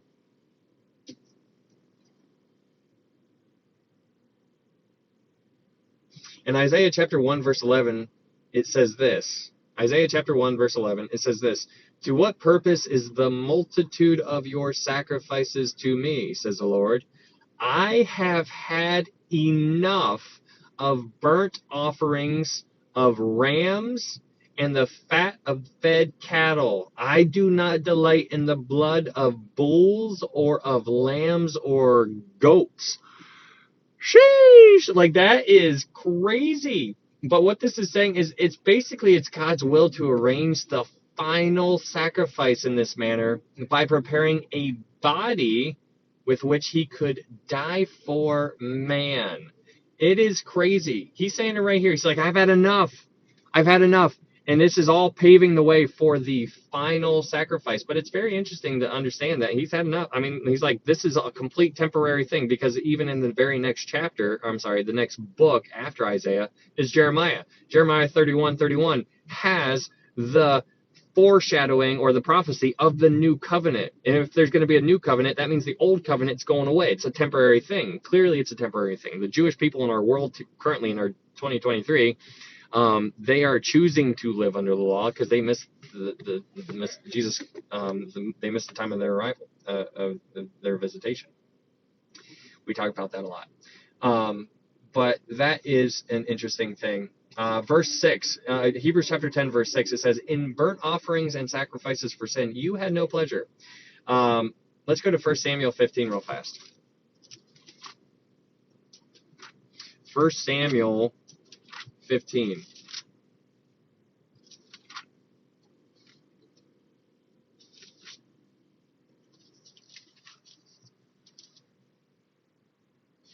In 1 Samuel 15, verse 22,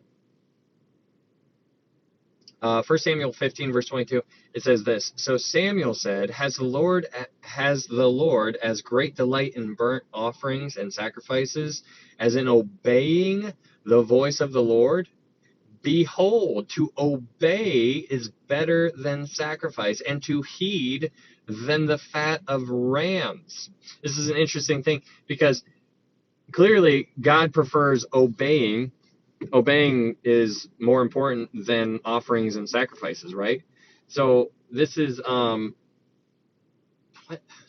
No understanding. What are you talking about? Howler. But what's going on here in 1 Samuel 15? It says, great delight the question is, has the Lord great delight in burnt offerings and sacrifices as in obeying the voice of the Lord? Behold, to obey is better than to sacrifice. So animals, going back to what we talked about before, animals had no option. If you were a red heifer and it was your time to die, you had no choice. You were going to be sacrificed. Jesus was obeying, and he was willful. He laid his life down willingly, and that's interesting. It was a very voluntary type of situation. But going back to Hebrews chapter 10, verse 6, it says, In burnt offerings and sacrifices for sin you had no pleasure. Verse 7, Then I said, Behold, I have come. In the volume of the book it is written of me to do your will, O God. Moving on to verse 8, it says, Previously saying, Sacrifice and offering, burnt offerings, and offerings for sin, you did not desire, nor had pleasure in them, which are offered according to the law. Then he said, Behold, I have come to do your will, O God.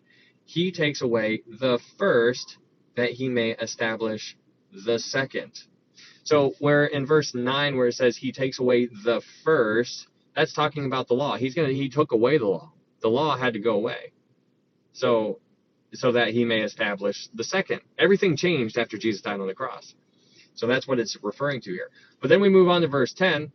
So Hebrews 10:10, and it says, By that will we have been sanctified through the offering of the body of Jesus Christ once for all.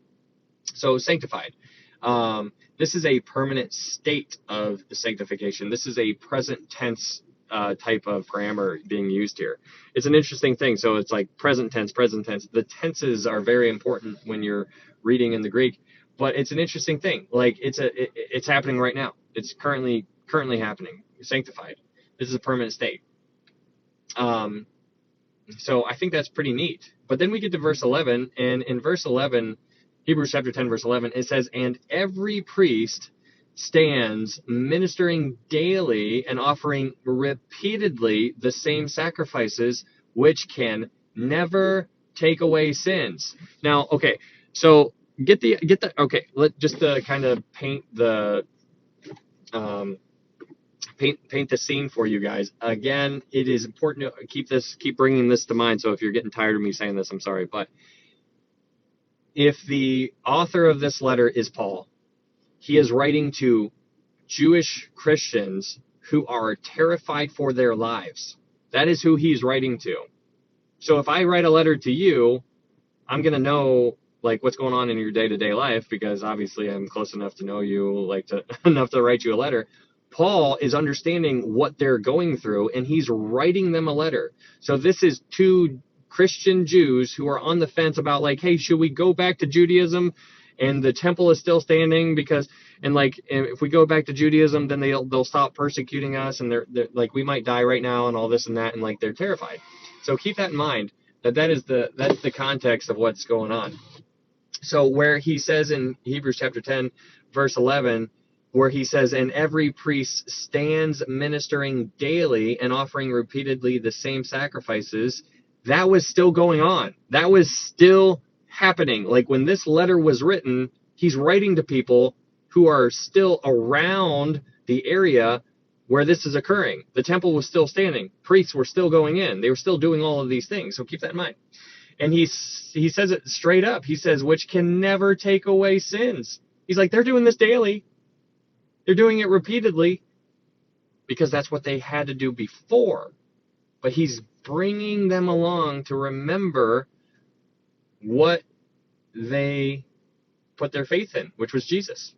He's like, those sacrifices and offerings, dude, you're missing it. That was symbolic of things of everything that Jesus did.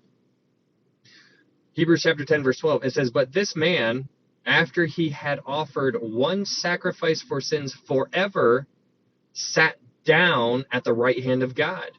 And this is interesting, because if you go to verse 11, the author specifically mentions the human priests that are still on the earth when this letter was written, that were going into the temple. He's mentioning that they were standing. Now, that's not there just for no reason, because in Hebrews chapter 10, verse 12, he's saying that Jesus sat down. And so the reason why there was no chair or anything like that in the temple or in the tabernacle was because their work was never done. They could not rest in there. They were constantly walking here, doing this, standing. But Jesus is different, because after Jesus did that one sacrifice for sins forever, he sat down at the right hand of God. That's interesting. His redemptive work was completed. Jesus' redemptive work was done. Tetelestai. It is paid in full. And so that's really neat. But then we get to Hebrews chapter 10, verse 13, and it says, he sat down at the right hand of God. Verse 13, from that time, waiting till his enemies are made his footstool. This is interesting. This is a quote from Psalm 110, verse 1. Go to Psalm 110, verse 1 real fast. This is one of the most quoted chapters in the entire Bible, Psalm chapter 110.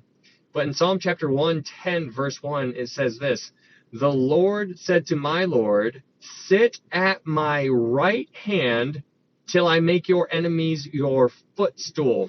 Okay, so just get the whole picture that's going on here.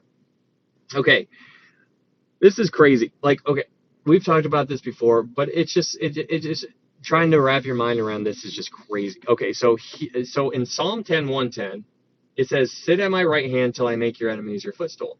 This was written centuries before Jesus was even born. Okay? Written centuries before Jesus was even born. This was quoted in Matthew 22 when Jesus was talking to the Pharisees. Jesus himself quotes this verse right here, and he challenges them with this. But what's interesting here in Psalms chapter 110, or chapter 110, verse 1, this is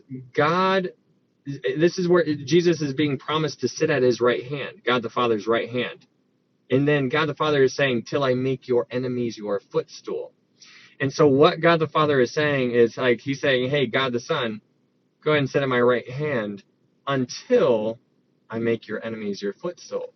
So keep that in mind, because that was going back in Psalm 110. It was talked about when Jesus was boots on the ground here in Matthew 22, but it's quoted here, it's referenced here in Hebrews chapter 10, verse 12 and 13. Because in Hebrews chapter 12 and 13, let's read it again. Hebrews chapter 10, verse 12. But this man, after he offered one sacrifice for sins forever, sat down at the right hand of God, which is talking about Psalm 110, from that time waiting till his enemies are made his footstool. Did you know? Like, he's waiting. He's waiting. Right now, he's waiting. I mean, he's waiting. He's waiting till God the Father says, go get him. That's mind-blowing to me. That is mind-blowing to me. And this also plays into 1 Corinthians 15:25 when it talks about, let's go to 1 Corinthians real fast. 1 Corinthians 15. In 1 Corinthians 15, verse 25, 1 Corinthians 15, verse 25, it says, for he must reign till he has put all enemies under his feet. Now, we talked about that before. It's all referencing like the millennial kingdom and stuff like that, which all this is. And it's a really interesting conversation to have. But all of these verses, they all tie into one another. And one verifies the other verifies the other. Mind you, these are different authors all throughout time, all throughout centuries, all throughout past. Every time you flip, like this much of every time you flip, you're flipping centuries. You're flipping hundreds and hundreds of years going back and forth in history. It's mind-blowing. Think about this kind of stuff. But that's what that's referring to in Hebrews chapter 10, verse 12 and 13. He's waiting in verse 13. From that time, waiting. He's waiting. What are you waiting for? Come and get us. No, I'm just like, I'm excited. I mean, it's awesome. You know, like, it's funny because I'm just like, come on, just Maranatha, right? Like, but it's interesting because he's so long suffering and he's not willing that any should perish. There's still people out there in the world who are so close to putting their faith in Jesus Christ, and he loves every single one of them. He's not willing that any should perish, although he knows people will refuse and reject him until they die. He knows that, but he's still not willing that, leaving the 99 for the one. So that's a beautiful picture there. But anyways, going back to Hebrews 10, verse 14. Moving on. Hebrews 10, verse 14. For by one offering he has perfected forever those who are being sanctified. It's pretty cool. But the Holy Spirit also witnesses to us, for after he had said before, this is the covenant that I will make with them after those days, says the Lord. I will put my law into their hearts, and in their minds I will write them. And then he adds, their sins and their lawless deeds I will remember no more. Now there is remission of these, there is no longer an offering of sin. It's an interesting thing. So what he's quoting here in Hebrews 10, verse 16 to 17 is this is quoting Jeremiah 31:31 and Jeremiah chapter 31, starting at verse 31. It's quoting that. It's bringing back the old covenant that was talking about a new covenant, and that new covenant is talking about like how he's not going to remember their sins no more, and that's crazy. Like that's futuristic. That still hasn't happened, because there's going to come a day when we're living in the millennial kingdom where people aren't going to have to witness to people, because they're going to actually see Jesus. They're going to be able to walk with them, talk with them. The humans that are alive during the millennial kingdom, they're going to be able to go up to them, talk to them, ask them all kinds of questions. And at the end of the millennial kingdom, Satan will be released, and he will go and try to deceive as many humans that he possibly can. And that's mind-blowing. That's an interesting thing. But here in these couple of verses that we just read, it's good to know that sin, as far as God is concerned, cannot be remembered. And so the idea here is, why are Levitical priests needed at all? Because in verse 18 it says, now where there is remission of these, there is no longer an offering for sin. He's bringing it back to how Jesus is better. The remission of sins, like the blood, like the whole way that a Jewish person would think. He's bringing it back and talking to them in a way that they would understand. And he's referencing everything he possibly can, but also quoting the Greek Old Testament, the Septuagint, and bringing Jeremiah 31 back into play. Okay. So that is what is going on here for the first 18 verses in chapter 10. So this kind of pretty much ends the discussion here at verse 18. So chapter 10, verse 1 through 18 is all talking about the new covenant and whatnot, and everything that we covered, talking about how Jesus is, different than the priests who are currently walking in the temple that was currently around during the time of that this was written. Jesus is better. Jesus' sacrifice was better. The new covenant is superior to the old covenant. All of these things, in that type of discussion ends in verse 18, and then we go into verse 19. So in verse 19, it says, therefore, brethren, which means, in chapter 3, verse 1, he says, holy brethren. So remember, these are saved people he is talking to. These aren't people who are lost. These are people who are saved. It's not a mixture of lost and saved. It is all saved people he is writing to. Therefore, brethren, having boldness to enter the holiest by the blood of Jesus, by a new and living way which he consecrated for us through the veil that is his flesh. I'm going to stop right there. In verse 20, I find it very interesting. And it says in verse 20, by a new. So if you were to go in your blue letter Bible and click on that word new, it's not like how you think, like if you get a new car, like it's manufactured brand new off the lot, right? New. The idea here of new is interesting because the word new here, it has the idea, if one of the definitions of new is freshly slaughtered or recently killed. That is what it means. And so, that's interesting.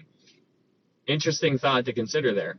Verse 20, by a new and living.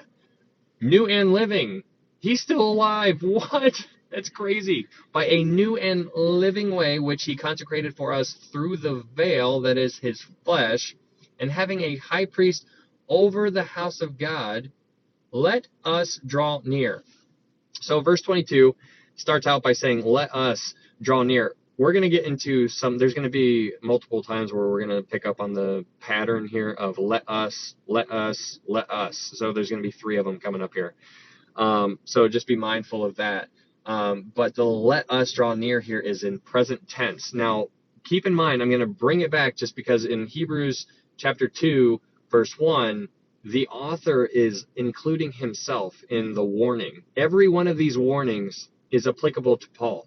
Every one of these warnings is applicable to you. It's applicable to the people who are alive that this was intended to reach. But here in chapter 10, verse 22, it says, let us, which is also something like he's writing, he's including himself. Keep that in mind. It's not about your salvation. It is about your inheritance. That is all about like what we talked about in the previous chapters about Kadesh Barnea, which is what he directed us to back in Numbers 14, how they were wandering through the wilderness and they didn't have faith. And so God basically had a physical judgment on those people, and only 2 people were able to inherit the promised land, Joshua and Caleb. So it's not those people who died, the physical death, didn't lose their salvation. They just lost their inheritance. And so keep that in mind. That's the theme of what's going on here. This is all about your inheritance. It's not about your salvation. So keep that in mind. Verse 22, let us draw near with a true heart in full assurance of faith, having our hearts sprinkled from an evil conscience and our bodies washed with pure water. Let us, there's a second let us, the author included, let us hold fast the confession of our hope without wavering. For he who promised is faithful. And let us, the author included, consider one another in order to stir up love and good works. Okay, so the whole idea of let us. So first off, let us, plural. There's multiple of them, right? The idea here is not like it's not good to be isolated. There are people in the world right now, like our world is basically encouraging people to isolate themselves. I'm sure you're very familiar with everything that I'm talking about and what I'm referencing, especially within the last 2 years. Isolate 6 feet, stay away. Don't need to get all mixed up in that kind of stuff, but it's not good to be isolated. There's all kinds of encouragement when you guys get together with one another. There's people who don't want to go to church because they're like, oh, I learned better, or I learned better from home, or they tell themselves that they can figure it out on their own. There's a lot of encouragement that comes from being around other believers. So I would highly encourage you to, it's tough finding a church. If you're struggling looking for a church, I would encourage you to keep looking because it's good to be around like-mindedness. Iron sharpens iron. And also there's stuff that you don't know that you can learn. And then when you learn, you'll be edified. And when you're edified, you're just pumped up and you're lit up. And then you just want to go tell somebody about it. And that's what verse 24 is talking about. It says, and let us consider one another in order to stir up love and good works. Like the word consider here in verse 24, it says, and let us consider. The word consider there means to study. So if you're friends with people, I'm going to study you. Like we study, like let us study one another in order to store up love and good works. And so if I'm around you every single day, I'm studying you, whether I know it or not. Like, I'm paying attention to how you work, how you operate. I know you, and I know when you're mad just by how your mannerisms are or whatever. But let us study one another. Why? So that we can stir up love and good works.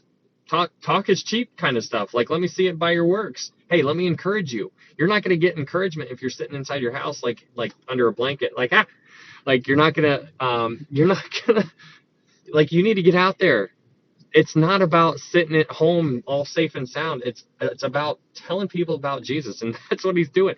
You get the idea of urgency every time you study Paul's epistles. Like, I tell you this time and time again, let us run. Like, there's a sense of urgency, and it's not about losing your salvation. No, he was never worried about it. He wrote the book on eternal security. It was about losing your inheritance. Anyways, so verse 24, let us consider one another in order to stir up love and good works. Verse 25, not forsaking the assembling of ourselves together, as in the manner of some, but exhorting one another, and so much the more as you see the day approaching.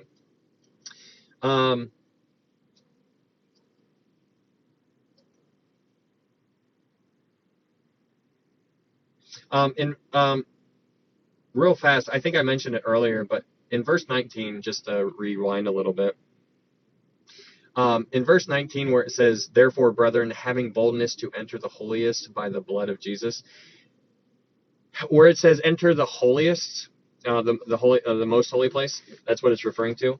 I want you to understand the importance of that, because I kind of just skimmed over it, but let's talk about that for a second. I said this earlier, but I'm going to say it again just in case you weren't here for it. In verse 19, it says, therefore, brethren, having boldness to enter the holiest by the blood of Jesus. Remember who he's talking to. They were born and raised to think that only the high priest could enter the holiest. That's how they thought. So now Paul is writing to these Jewish Christians, and he's saying, hey, have boldness, because now you can enter the holiest. Why? Because of the blood of Jesus. Wow, that is crazy. That is crazy. Believers today can do what only Old Testament high priests could do back in the holy place. You and I can do what they did, only the high priest could do back in the Old Testament. Only the high priest could go into the Holy of Holies. You and I, in our world today, because of what Jesus did in the past, can go before the throne. And that is mind-blowing. Like, just wrap your mind around that. Like, this is a whole new concept. Like, it was new to these people back when this letter was being written. And so he was encouraging them to have boldness. Because can you imagine from a first century Jew this is all new to them? They're like, hey, go ahead and go have boldness. Go before the throne. Like, what? That was a new concept to them. Anyways, I forgot to mention that. Let's go back to verse 25, where it says, not forsaking the assembling of ourselves together, as in the manner of some, but exhorting or encouraging one another, and so much the more as you see the day approaching. Okay, so this is an interesting thing. It says, but exhorting one another or encouraging one another, but then it goes on to say, and so much the more as you see the day approaching. That's an interesting thing. As you see the day approaching. What day? What day is the author talking about here? As you see the day approaching. The day approaching. You remember who he's talking to here. He's talking to believers. He's talking to Christian believers. He's talking to Jewish Christians. So what is the day that he's referring to? It's the day that it's the judgment seat of Christ. The Bema seat is what it's referring to. The day of the Lord. No, Tammy, the day of the Lord is referred to as a great and terrifying day. But I get what you're saying. Yeah, there's 2 days, the day of Christ and the day of the Lord. The day of Christ, whenever you hear the day of Christ compared to the day of Lord, the day of Christ, think Jesus Christ. That's a good thing. Like, yeah, I want to go to that. Day of Christ, good. Day of the Lord, not good. You don't want to go to the day of the Lord. Whew. The day of Christ is good. That's what's referred to as the Bema Seat. We'll talk about that more here in a little bit. But so that is what he's talking about as you see the day of the day of Christ, or the Bema Seat, approaching. It's interesting. He's saying so much more so as you see the day approaching. I don't know what, it's interesting to think that every generation is probably like, oh, this is the generation, this is it, this is it, this is it, this is when the rapture is going to occur, this is what, but in a different light, it's interesting to note that the judgment seat of Christ is going to occur like when you get there, like right when you die. Like if you die, you would get there. So it could also imply or include people are getting older in age, and so their life is coming to an end within the next 5 to 10 years, and so that, the day is approaching in that kind of context. So it's an interesting thing to kind of understand what he was referring to here. Did they actually think, which I do think they did, that the rapture was going to occur in their lifetime? I think so. But there's this sense of urgency that he was trying to push these guys to encourage each other, be around each other, be around the assembling of one another. And he's going to dive into that a little bit more when we progress throughout this, once we get down to verse 32 and whatnot. So that is what is going on here in the first, or in those kind of verses, in verse 19 through 25. So now we're going to get into the tough part, which is difficult for some people, and it is verse 26, 27. Those are the tough ones for some people.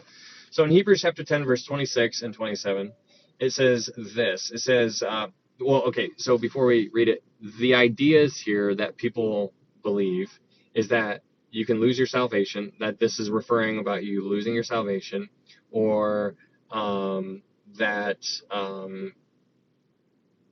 pretty much it. Losing your salvation. We'll just keep it to that one to keep it simple.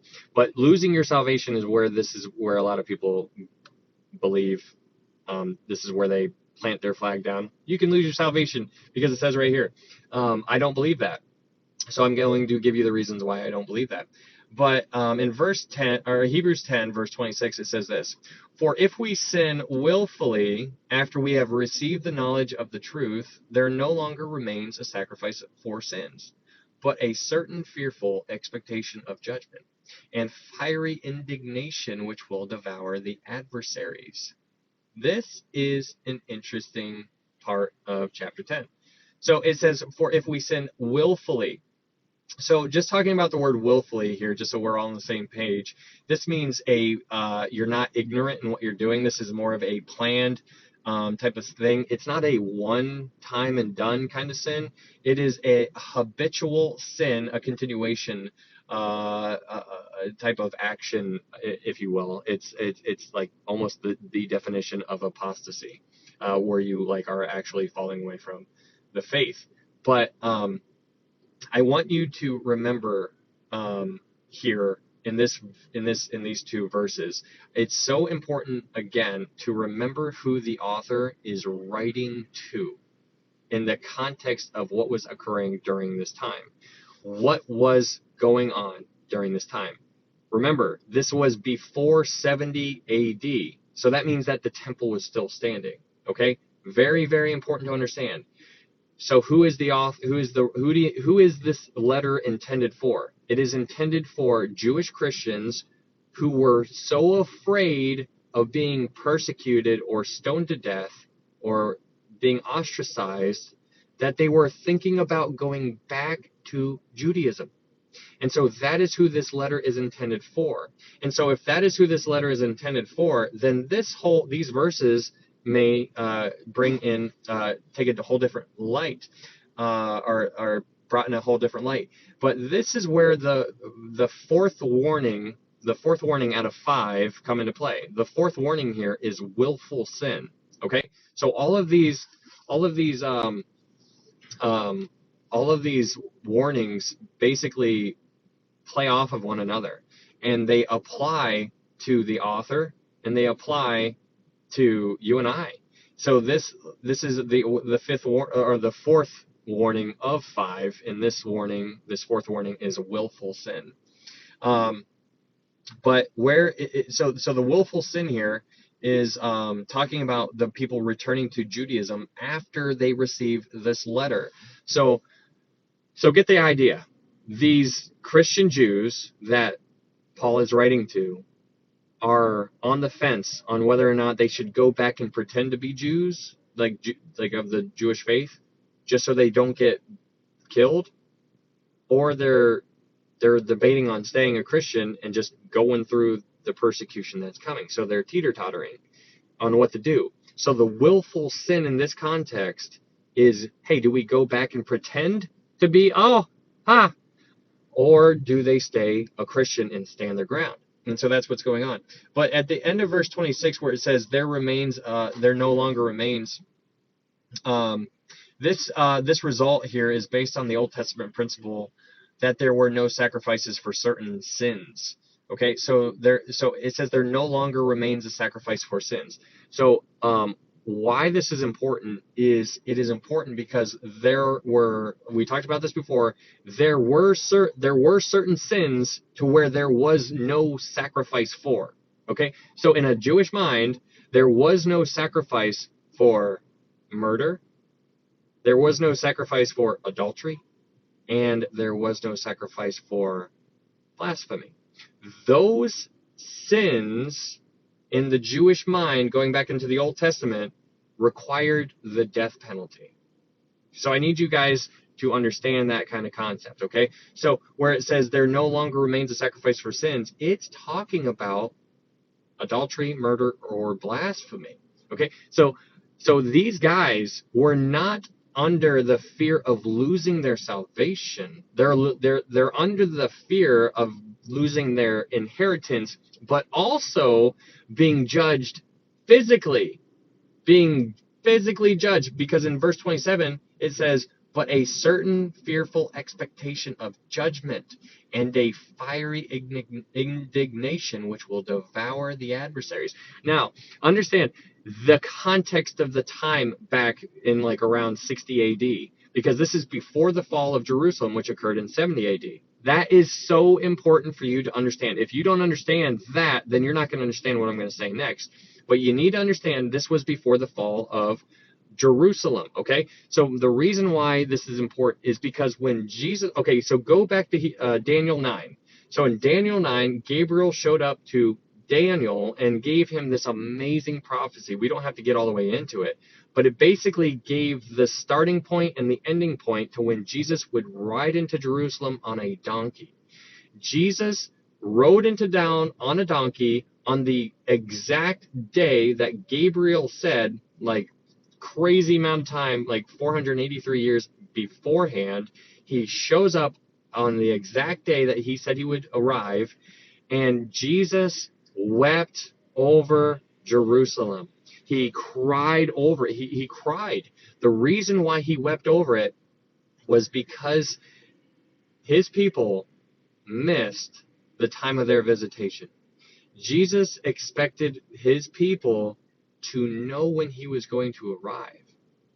He expected them to know. Why? Because it was given to Daniel, the prophet. It was given to him. It was given to Daniel, the prophet, and it was handed down generation to generation. They had it. They had the information in their hand, and they just didn't know. They just missed it. And so Jesus shows up on the donkey. They missed the time of their visitation. And so what did Jesus do? The reason why I'm talking about this at all, as far as why it applies to Hebrews 10, is because Jesus prophesied over Jerusalem. When this occurred, Jesus was on the donkey, he cried over it, and then he prophesied, and he said, there's going to be coming a time where you're going to get absolutely destroyed, and not one stone will be left upon another. And he said the reason that this is going to occur is because you missed the time of your visitation. That is so important to understand, not only because Jesus held them to a huge standard, a high standard to know the Bible, to know the scriptures. That's a high standard. He said many, many times, do you not know? Have you not read? He was quizzing people every single day. He was like, don't you know? Don't you know? Like, how do you not know? Like, it says right here. And so how do you think that's going to apply to you? What's your excuse going to be? He's going to say, have you not read? Do you not know? Why did you not do this? I told you right here. And so you and I have the ability to look back into time and see this kind of stuff and be like, wow. But the whole point here is that Jesus, he prophesied over Jerusalem, and he said that they were going to come under this judgment nationally. This was a physical judgment. I need you to understand that. The importance, emphasize, underline, physical judgment. Physical judgment, not a spiritual judgment. It was a physical judgment. Physical judgment. Now, compare that to what we talked about back in Numbers 14 and 13, where it was the Kadesh Barnea. Physical judgment. Remember the 12 tribes that go into the land to scout it out, and then they all come back, and 10 of the 12 spies say, we can't do it. There's giants in the land. But 2 of the spies were like, yeah, we can. We have God with us. The 10 who said they couldn't do it were killed by the plague. God killed them. Now, did they lose their salvation? No, they lost their inheritance. And so that's the whole picture here going on with this verse. It's this chapter. That's why you can't read this chapter and just say, oh, you're losing your salvation. You can't do it. Now, obviously, people are going to do it no matter what. I'm just saying, in my mind, I'm just talking to myself here. Like, I can't do that because I know the backstory. I know all the understand. I understand how the whole picture. It's not just one piece of the puzzle. If you just take one verse and you hold it up high and you wave it around, it doesn't make sense. It doesn't work that way. You need to have the whole understanding and be able to study. That's why this book is all about studying. And so I need you guys to understand that what this is referring to is Jesus prophesied over Jerusalem, said that Jerusalem was going to be destroyed, and it was in 70 AD. So remember that. Now let's read this again. In verse 26, Hebrews chapter 10, verse 26, for if we sin willfully after we have received the knowledge of the truth, remember, these Jews did not have this letter yet. Paul was writing this letter to them so that they would not be ignorant. They didn't know. So Paul was writing this letter. The letter was in transit. Then the people get the letter, and now they are no longer ignorant because they're paying attention. Thanks, Colonel. But that's important to understand. So the letter was written. It was in transit. They receive the letter. They read, for if we sin willfully, from the Jewish mind, they're like, wait, if we go back to Judaism, pretending to be of the Judaism faith, wait a second, it says, for if we sin willfully after we have received the knowledge of the truth, there no longer remains a sacrifice for sins, but a certain fearful expectation of judgment and fiery indignation which will devour the adversaries. What's that referring to?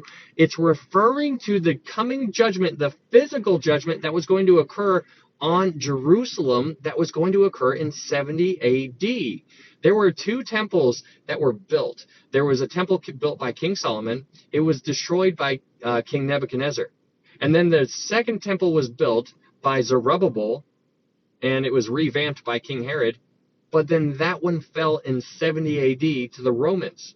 And I need you to understand that this is all pointing to the Roman, the destruction of Jerusalem.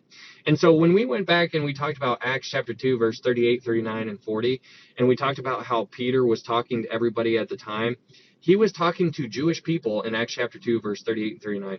He was talking to those people, and he literally tells the Christian Jews to save themselves. That's an interesting thing to say. How do you save yourself? You can't. So why was he saying repent and be baptized and save yourselves? Like, what's he talking about? That doesn't make any sense. You clearly can't save yourself spiritually. He was talking about physically. He was telling them that if you get baptized, he's talking to a Christian Jew. Because in a Jewish mind, if somebody gets baptized, like when they were followers of John the Baptist, they got baptized under John the Baptist as a representation that they were followers of John the Baptist. So that's why Peter was saying, repent and be baptized, because he was talking about the baptism of Jesus Christ. It was the water baptism of Jesus Christ, because in the Jewish mind, if they got water baptized under Jesus Christ, that would be a huge red flag to the Jews who are not the good guys, and they would ostracize those guys out of Jerusalem. And when they got ostracized and they moved out of Jerusalem, those Jews got saved physically because they weren't in the area when the judgment fell on Jerusalem. So they got saved physically because they did what was right. And so here, Paul is writing to Christian Jews. He's encouraging them to not go back to the Jewish faith as pretending to be ignorant, because he's shining a light on what he knew that they were going to do or thinking about doing. And so now they can no longer be ignorant. In verse 27, where it says, but a certain fearful expectation of judgment and fiery indignation, that's talking about the fall of Jerusalem. So hopefully you guys are understanding that. It's kind of like a circle of understanding. There's a lot there. But the issue in these warnings is a physical judgment. It is a physical situation, just like the 10 spies in Numbers 13 and 14. The 10 spies did what was wrong. They were judged physically. They didn't lose their salvation. No. That's why it's important to understand other verses like eternal security, like Romans 8, John 10. Like those things are important to understand. So that is what I have for you there. It is a physical judgment, not a spiritual judgment.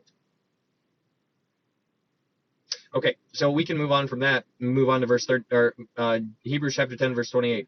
It says, anyone who has rejected Moses' law dies without mercy on the testimony of 2 or 3 witnesses. Interesting. Verse 28, anyone who has rejected Moses' law dies without mercy on the testimony of 2 or 3 witnesses. When was the only time that 2 or 3 witnesses were required? It was only when there was a physical death type of judgment. That's what he's referring to here. If you go to Deuteronomy 19:15, you'll see that like 2 or 3 witnesses are always required for the death penalty. If it was something else that could be covered by a sacrifice of sin, like bring a flour offering or a grain offering or anything like that, you could make a sacrifice for that kind of stuff. But there were things that could not be covered by a sacrifice: adultery, murder, blasphemy. And so that is what this is talking about here. Verse 29, of how much worse punishment do you suppose will he be thought worthy who has trampled the Son of God underfoot, counted the blood of the covenant by which he was sanctified a common thing, and insulted the Spirit of grace? For we know him who said, vengeance is mine, I will repay, says the Lord. And again, the Lord will judge his people. It is a fearful thing to fall into the hands of the living God. So let's go to 2 Corinthians 5 real fast. 2 Corinthians 5. Actually, we're going to have to make this fast. 2 Corinthians 5.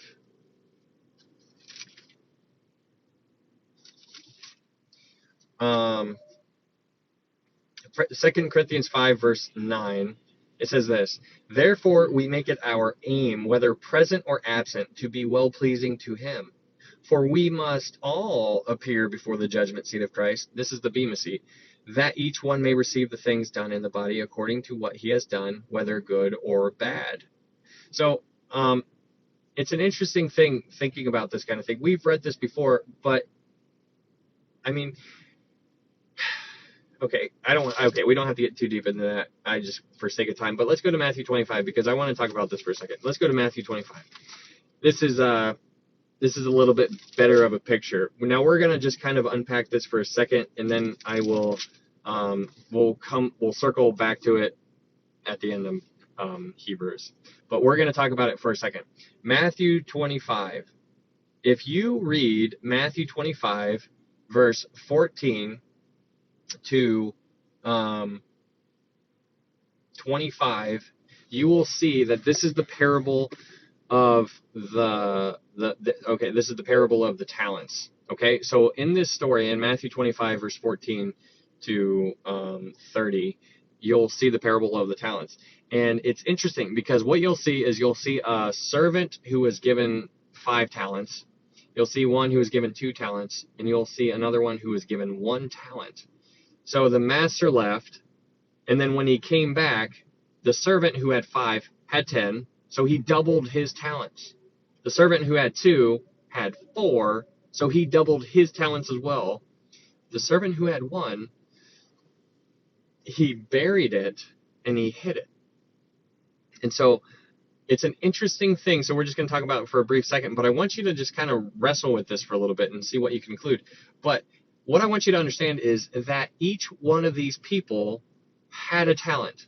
They were saved. Okay, so these people are saved that we are talking about here. But let's read Matthew 25. Let's read verse, starting in verse 26. Matthew 25, verse 26.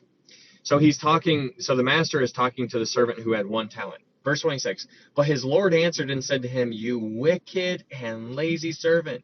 You knew that I reap where I have not sown and gather where I have not scattered seed. So you ought to have deposited my money with the bankers, and at my coming I would have received back my own with interest. Therefore take the talent from him and give it to him who has 10 talents. For to everyone who has more will be given, and he will have abundance. But from him who does not have, even what he has will be taken away. And cast the unprofitable servant into outer darkness. There will be weeping and gnashing of teeth." And so what I'm going to propose to you, and you can disagree with me on this, and that's completely fine. I'm not telling you, this is just like a secondary kind of issue. But what you see here is you see 3 servants. Every servant has a talent. The 2 servants doubled what they were given, but the last servant did nothing with it. Did nothing. And so my question to you, like I asked you plenty of times, I'm like, you're saved. Awesome. What are you doing with it? And so that's the question that's being posed here. The master came back and he talked to the one who had 1. He's like, you didn't do anything with it. Why not? Do you not understand that you and I are entrusted with such a gift, and it's an amazing gift, and for us to not share it with other people, do you understand how that's like almost a slap in the face to God? Because he literally laid his life down for you, and if you aren't doing anything with that gift, do you see how that's insulting? Do you see how that's like, so where it says that there will be weeping and gnashing of teeth and cast into outer darkness, like this, like a lot of people think that, there's people who think that this is talking about hell and whatnot. I disagree. I don't think it is. We can talk about this at a different time. But it's just an interesting thing. So this is one of those things, like you and I have a talent. My question is, what are you doing with it? I have come to the conclusion myself, and we can talk about this later on in Hebrews, but I don't believe this is talking about, this is not talking about Sheol or hell or anything like that. But it's an interesting thing to unpack these talents, because you are given a talent, and as goes with the theme of the entire book of Hebrews, as goes with the theme of Numbers, like losing the inheritance, he will disinherit them. He was not happy. He's not happy with people who don't do what they're supposed to do, and like he has a limit. There's things like if you're like, that's why Paul, he's got that sense of urgency. He's like, I want to push further so I can win the prize. I want to win the prize. I got to go. I got to run the race. I got to tell somebody. I got to go so that I might win some. Like he's constantly like encouraging people to do this kind of thing. But it's interesting in Hebrews chapter 10, verse 31, it says, "It is a fearful thing to fall into the hands of the living God. But recall the former days in which after you were illuminated, you endured a great struggle with sufferings." He's telling he's telling these Christian Jews who are on the fence to remember what they did in the former days. He's like, remember, you endured a great struggle with sufferings. So they have already been persecuted, but they've been persecuted enough to where they're like, should we go back to Judaism? And so he's saying, remember those days. That is amazing. So he's telling them to remember those things. He's complimenting them. Verse 33. "Partly while you were made a spectacle by reproaches and tribulations, and partly while you became companions of those who were so treated. He's telling them, he's like, they endured for a time, but they made it to the point to where they're like, I don't know how much further I can go. I don't know how much further I can go. What you and I are talking about in the book of Hebrews is about endurance. You can get saved, and a lot of people think that once you get saved, you're done. Like it's done. And that's not it. That's not it. That's the starting point. And that's what the author has been saying since the beginning of chapter 1. He's like, salvation, this is not a salvation issue. Hebrews is not a salvation issue. It's your inheritance. That's why I said before, there's a difference between entering and inheriting. And so that's why he's encouraging them. He's like, remember what you did. He's like, keep going. These people were clearly made a spectacle of with their persecutions. And he's like saying, good job, keep it up. Because it's not about how you start, it's about how you end. So, interesting things. But then you get to verse 34, and it says, for you had compassion on me in my chains. In my chains. That is another reason why I believe it's Paul, because if you go back and you read the other epistles, he uses that phrase time and time again, in my chains. For you had compassion on me in my chains, and joyfully accepted the plundering of your goods, knowing that you have a better and an enduring possession for yourselves in heaven. Interesting how he says a better and an enduring possession for yourselves in heaven. Endurance. Verse 35, therefore do not cast away your confidence, which has great reward. For you have need of endurance, so that after you have done the will of God, you may receive the promise. This is an endurance a race. Like if you were training to run a marathon, like here in like 6 months, you would be doing everything you could to just ready your body.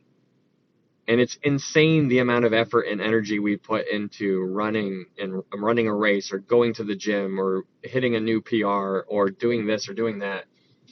But all those things are good to do. Like, it's good to take care of yourself and whatnot. But when you compare the amount of energy that you do on everything else, and then you put it up against what you did for God, just use today as an example. How do the two compare? Like, is God all the way up here and like what you did for yourself down here? Or is it all that you did for yourself up here and God's all the way down here? So it's an interesting thing. It's an interesting thing to consider. But the issue, again, I'm going to say it again, is inheritance. It's not salvation. Then we get to verse 37. It says, for yet a little while, and he who is coming will come and will not tarry. He's just waiting, sitting at the right hand of God. That's Psalm 110. It's crazy. Verse 38. Now the just shall live by faith, but if anyone draws back, my soul has no pleasure in him. The just shall live by faith. That is in Habakkuk 2, verse 3 and 4. And that is that's a verse. That verse is quoted in Romans, it's quoted in Galatians, and it's quoted in Hebrews. The book of Romans talks about justification. The book of Galatians talks about the just. Okay, so the just shall live by faith.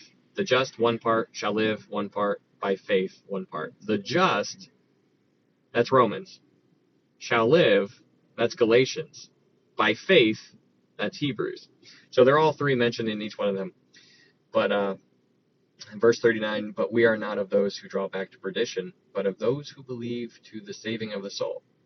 Draw back to perdition. Remember who he's talking to here.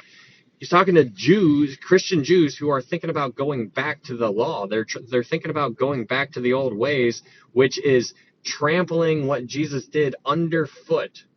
Can you imagine how God would feel? Imagine you have a son. You give your son to die for everybody else.